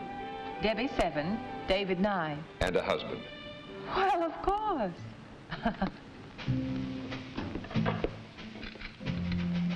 Take that time of day when you're busy getting dinner and the family's busy getting in your way.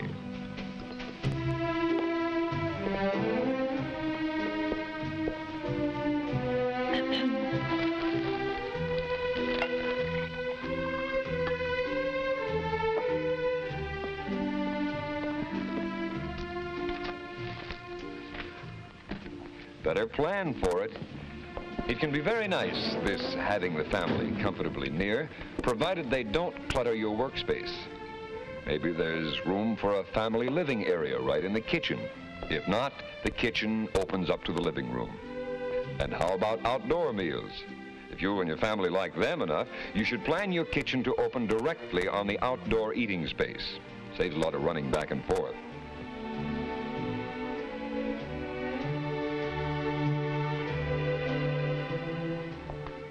Then, if relaxed, informal parties are popular at your house, you can plan a wide pass-through between the kitchen and the living room.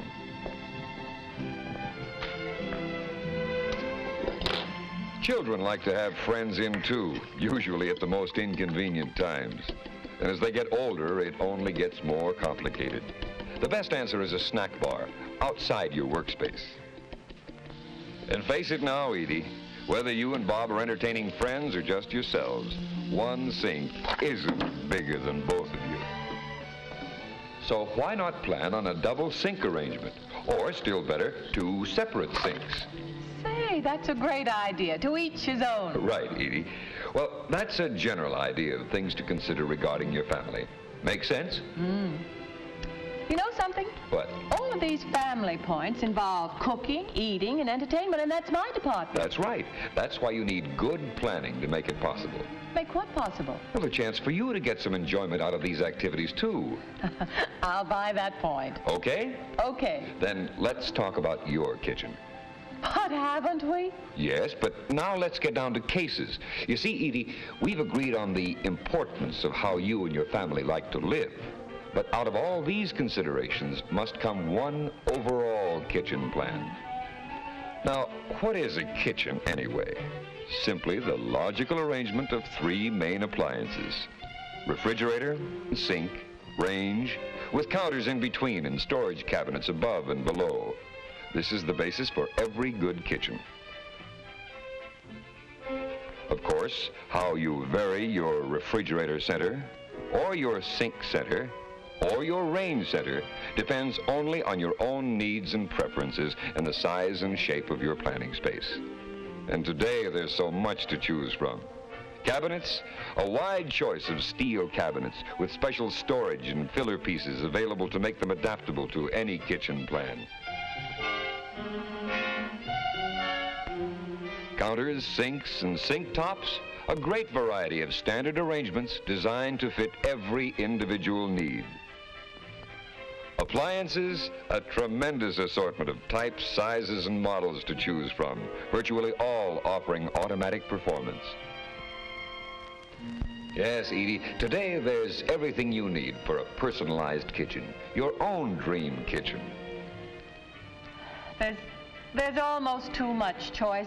It's confusing. I hardly know where to begin planning. Well, there are 2 answers to that, Edie. The first is really some basic do's and don'ts in planning your kitchen. For instance, you don't have to start your plan with a sink under a window.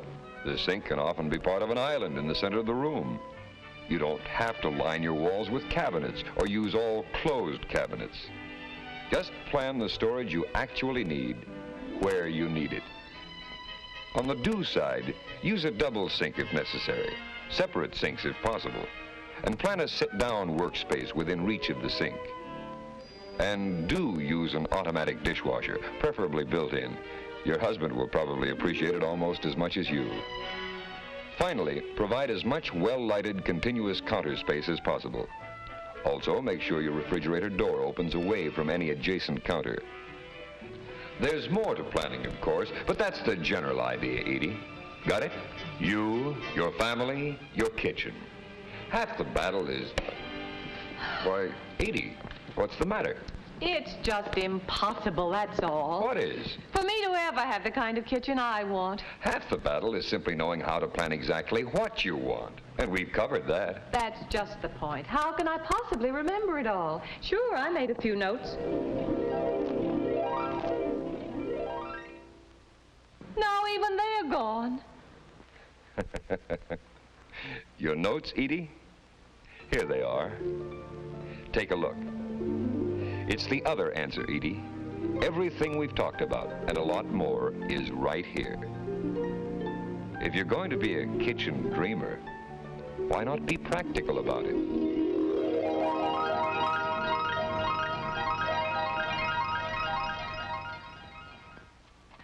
So that's what happened. And here I am, wide awake at 1:30 a.m. Simply because I couldn't get to sleep earlier. Or did I? Oh, surely it was just a dream, except for this.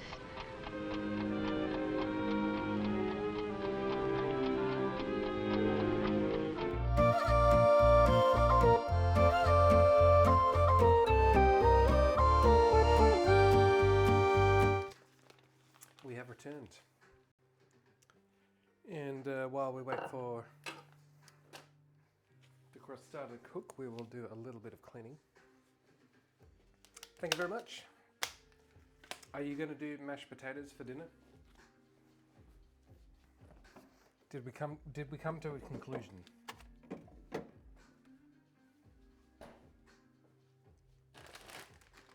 $100%.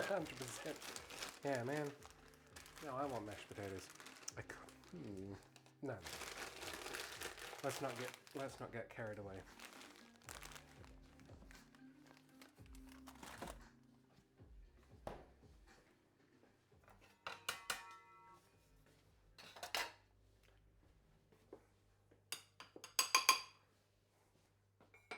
It's cooling down now. We had our first frost Thursday or Friday recently. And Carl came over to see Sooty. And you can see he was very gingerly padding along because it was just too cold for cat paws. And he slipped a little bit actually while he was trying to get back over the fence when he had to go home for breakfast. So that's tough for Carl.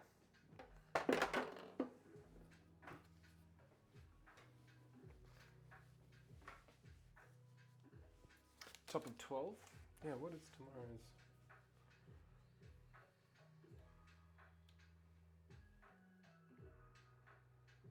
Yeah, so potentially rain, that always raises the temperature. But yeah, from next week we're out of the double digits. And that's a sad thing.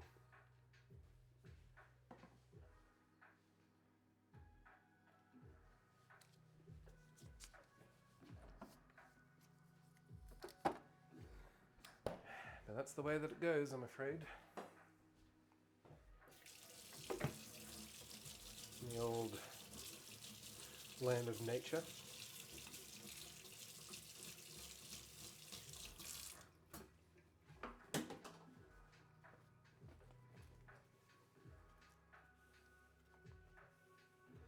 So, but this, wait, is this the full? No, the second season with the solar, and so the feeding credits that we got paid for this quarter's electricity and gas, but it's going to get colder and insulation is the key, which we don't have a huge amount of. Every time we do a renovation, so like when we did the kitchen, we got insulation in this wall, actually just this wall, because apparently you don't do insulation on the external walls, at least with the teddy bear stuff, because of moisture. But yeah, it's feeling pretty cold.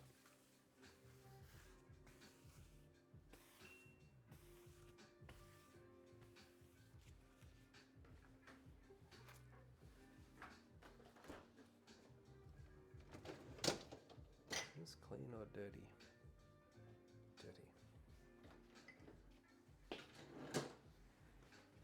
Probably another 5 minutes on the crostata.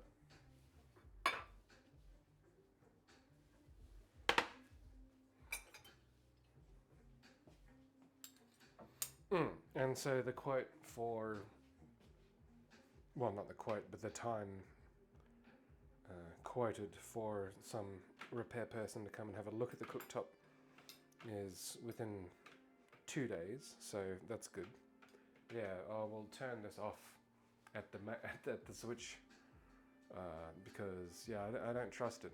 It was, yeah, never woken up due to a real fire alarm or like a smoke alarm before, and yeah, it really makes you think. And to be honest, my smoke alarms are actually just set up on bookshelves. They're not on the ceiling, which they should be. because the difference is probably many minutes worth of alert time. And my biggest fear is, so if the place is on fire and the cats are inside, how do they know how to get out? That's the big risk, because they're pretty silly when it comes to like dramatic situations. And I can just see Whitey getting into a cupboard and refusing to leave when you really need to get out of the house. So that's what's been on my mind. I'll push that myself.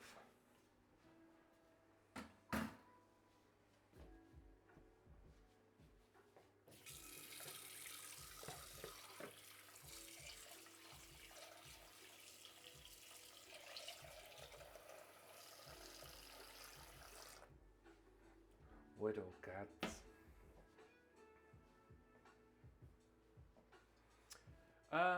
I didn't see, but it has gone off, like from burning toast or actually the other day I did accidentally set it off in my craft room with what I was doing, and Sooty was sleeping nearby, and yeah, he freaked out.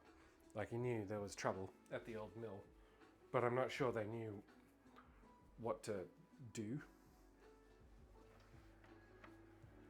Like, I feel like if we open the doors, although that's kind of like the opposite of what you want to do, so that's why we have fire doors in the big buildings, is you want to stop the airflow.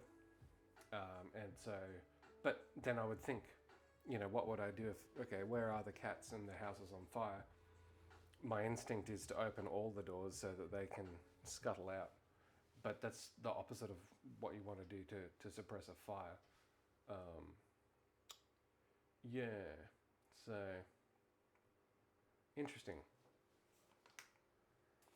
Yeah, they don't like the very loud noise.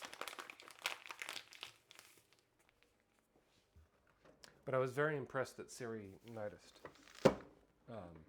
It had occurred to me, like, you know, if we're gone away for a weekend, and you know, there's a fire, obviously the smoke alarm goes off, but there's no way we're going to know about that. But Siri messaged all of us. So I like that feature. I like that. Let's check the Crostata.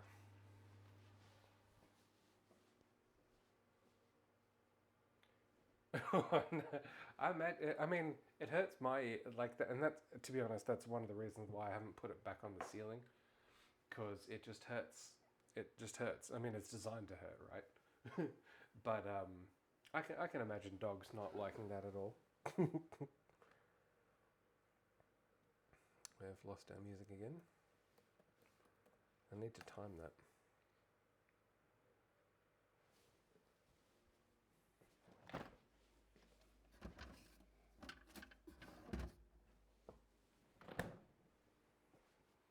Yeah, it's designed to be painful. All right, we are in the closing stages.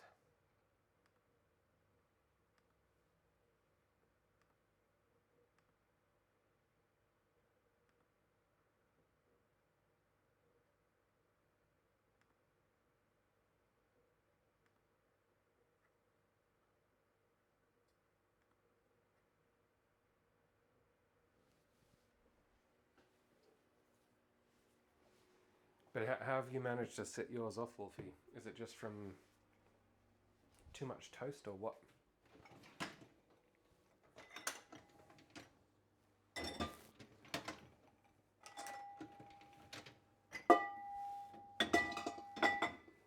Rearrange the situation.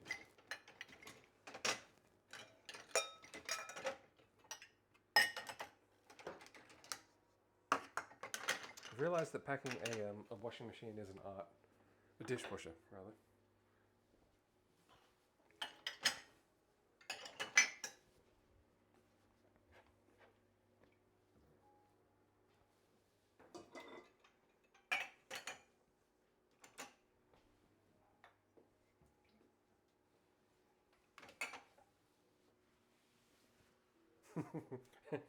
The old toast.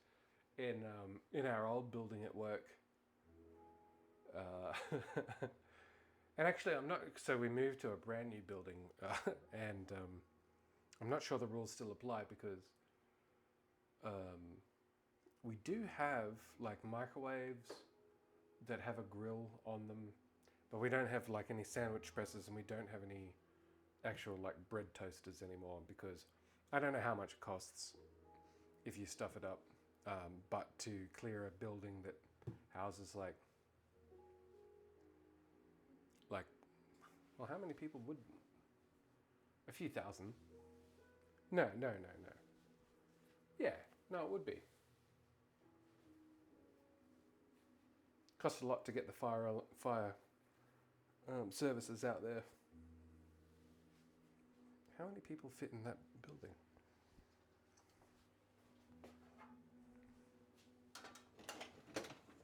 I'll Google it.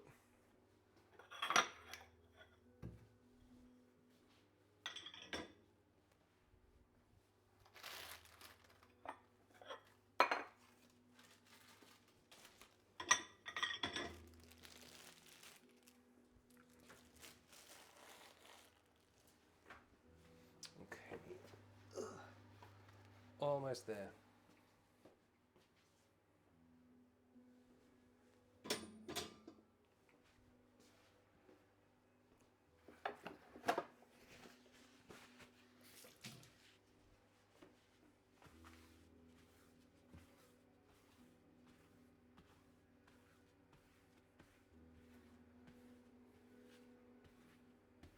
But yeah, for your calendar, Wolfie, so it will be, I think we're fairly sure it will be the second or third week of October next year, the wedding. I think that's what we're saying. It is. How do we pick which one? Yeah, flip a coin, I guess. Yeah. But yeah, so just around about that time. So those couple of weeks, mid to end of October, is the plan. Save the date.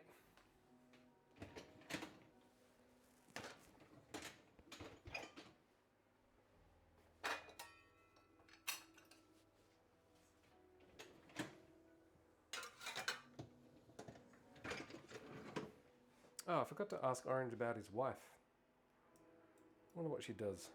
I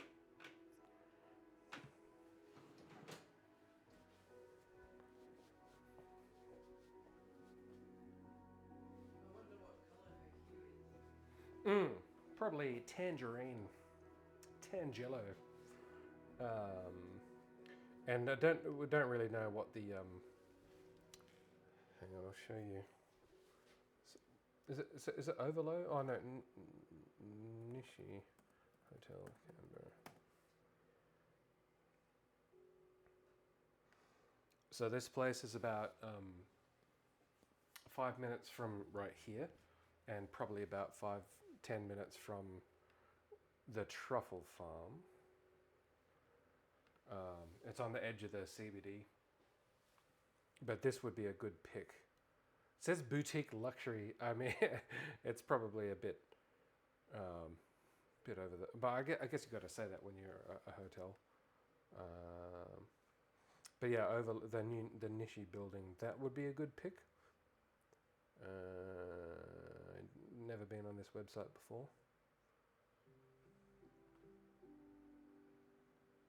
But yeah, literally around the corner. I wonder when the one in the city opens. Yeah, maybe the new Garima place. But potentially, and so yeah, I think we'll put, like, in terms of like table seating, Wolfie's either got to be with ding. That's looking good. My family or your family or my friends. So Zoidenberger, Revelations, Solonex, all your favorites. But yeah, this would be a good place to say, and it's not that expensive.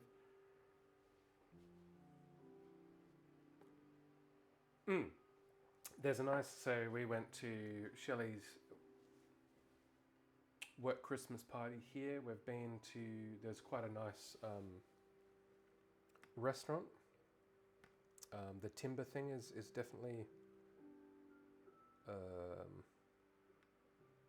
thing. So like this is the bar and the restaurants and stuff. I don't know if I can go any further. Whoa, I'm going right in. Yeah, so functions and also just like a nice, and it's quite a new building, like just a completely new building. Yeah, just as one thing to consider.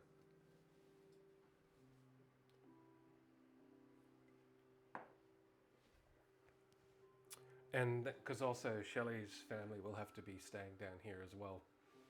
So maybe you guys can all get like a party suite. Yeah, with Kimini Slice.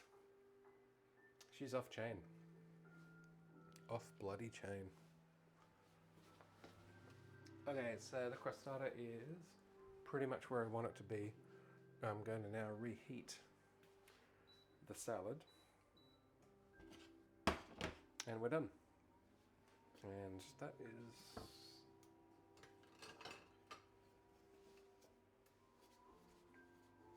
covered in suds. Ooh.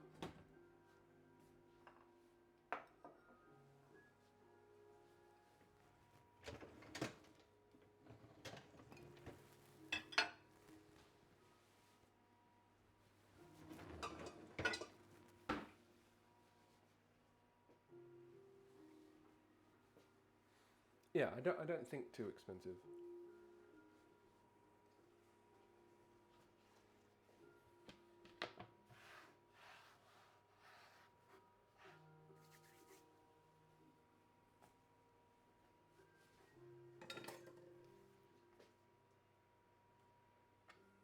Have you ever been to Canberra before?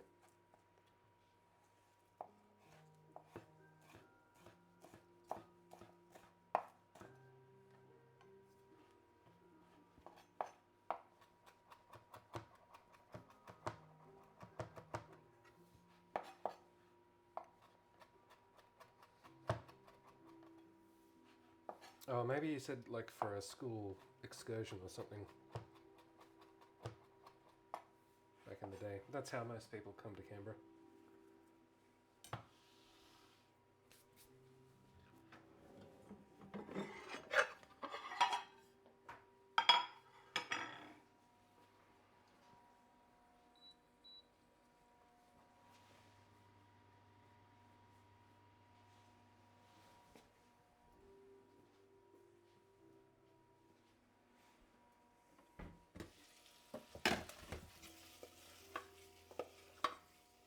Yeah, that smells good.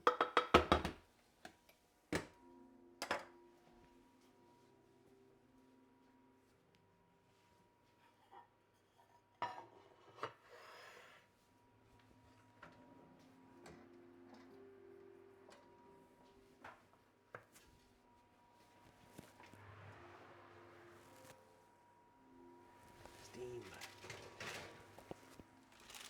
Crostata.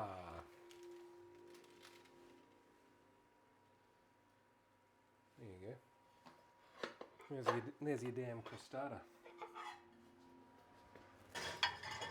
Heat the plates.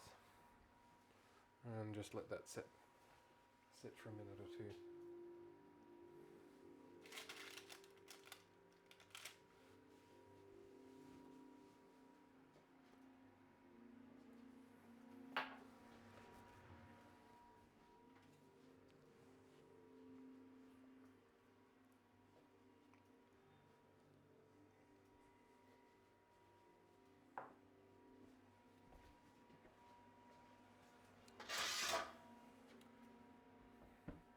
I feel like I want to put it on a cooling rack.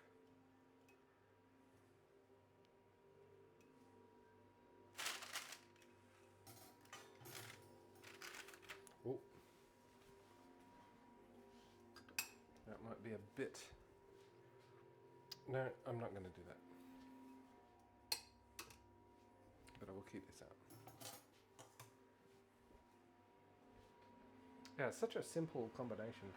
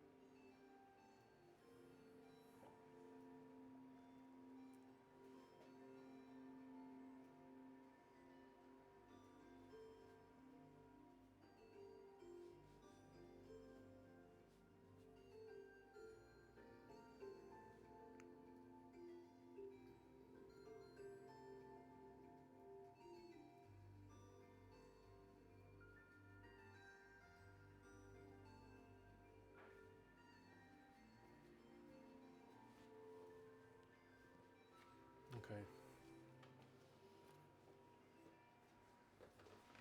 Can I? Oh, I'll wait till I've done the salad. Oven comes off. Plates come out.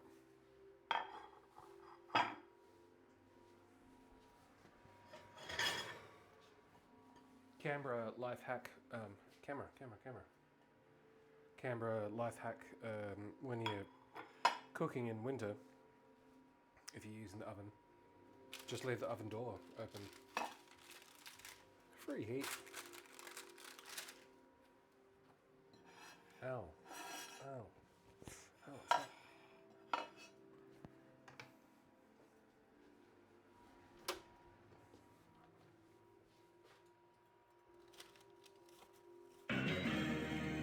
This can be served cold. Fatality. Oh, the red lights work this time as well. I'm a bloody streaming genius.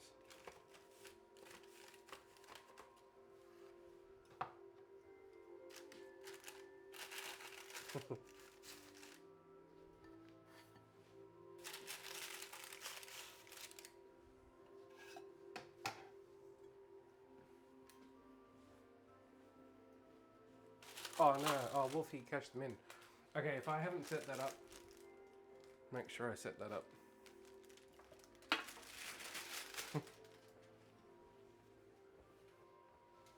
It does smell pretty good. I won't lie. Oh, I've got sticky dough hands on my control panel. Oh!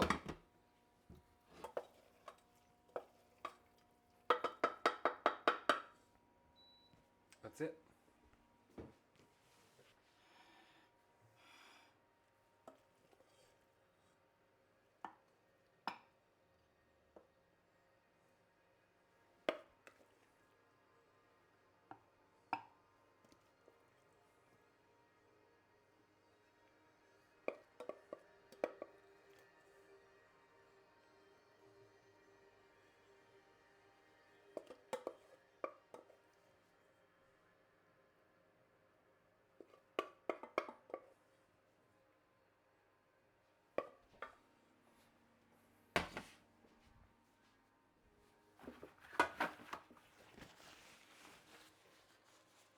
Made a little bit of a mess. These plates, especially under lights, are quite hard to... No, no.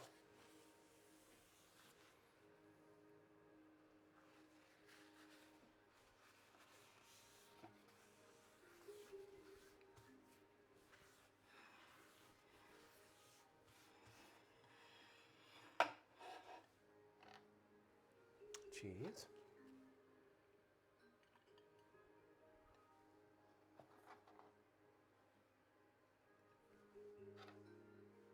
Parsley.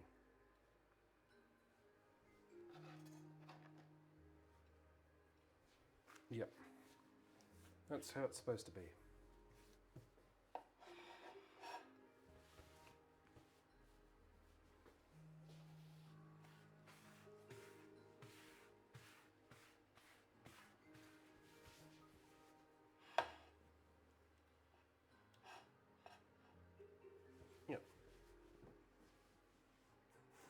Runaway spuds.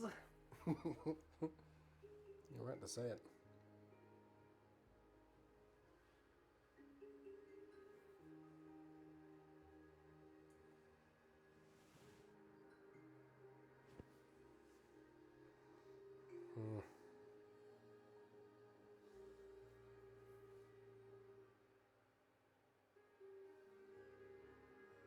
Actually, coming back further helps me, like, because I can crop it later.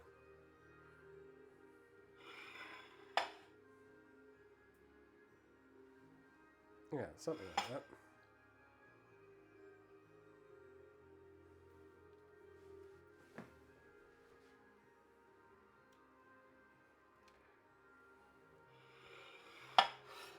Mission complete, chums. Leek and cheese crostata and new potato and Snowpea salad. Elder Scrolls River Cottage. Random combination. But I can guarantee you that it works. Although I've never made these together.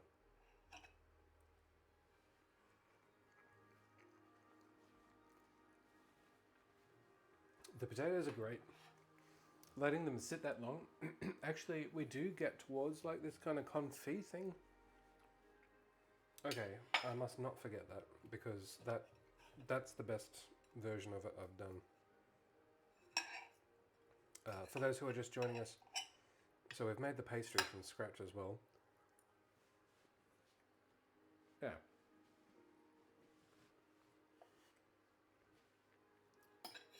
Pretty carb forward, but what else do you want on a winter evening? I can't think of anything else.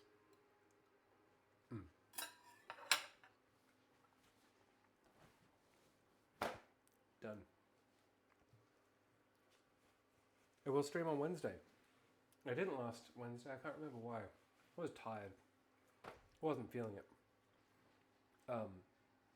We're going to go and eat this now.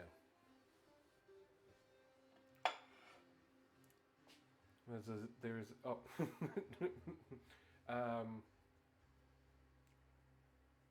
Don't know what we'll do. We'll see how things go. Cheers, Wolfie. Thanks for sticking around. Thanks for the sub. And thanks to all the chums who have participated. We will deal with this promptly and catch you again very soon. But until then, stay safe. Have a good evening. And wait, lights. There we go. And bye for now.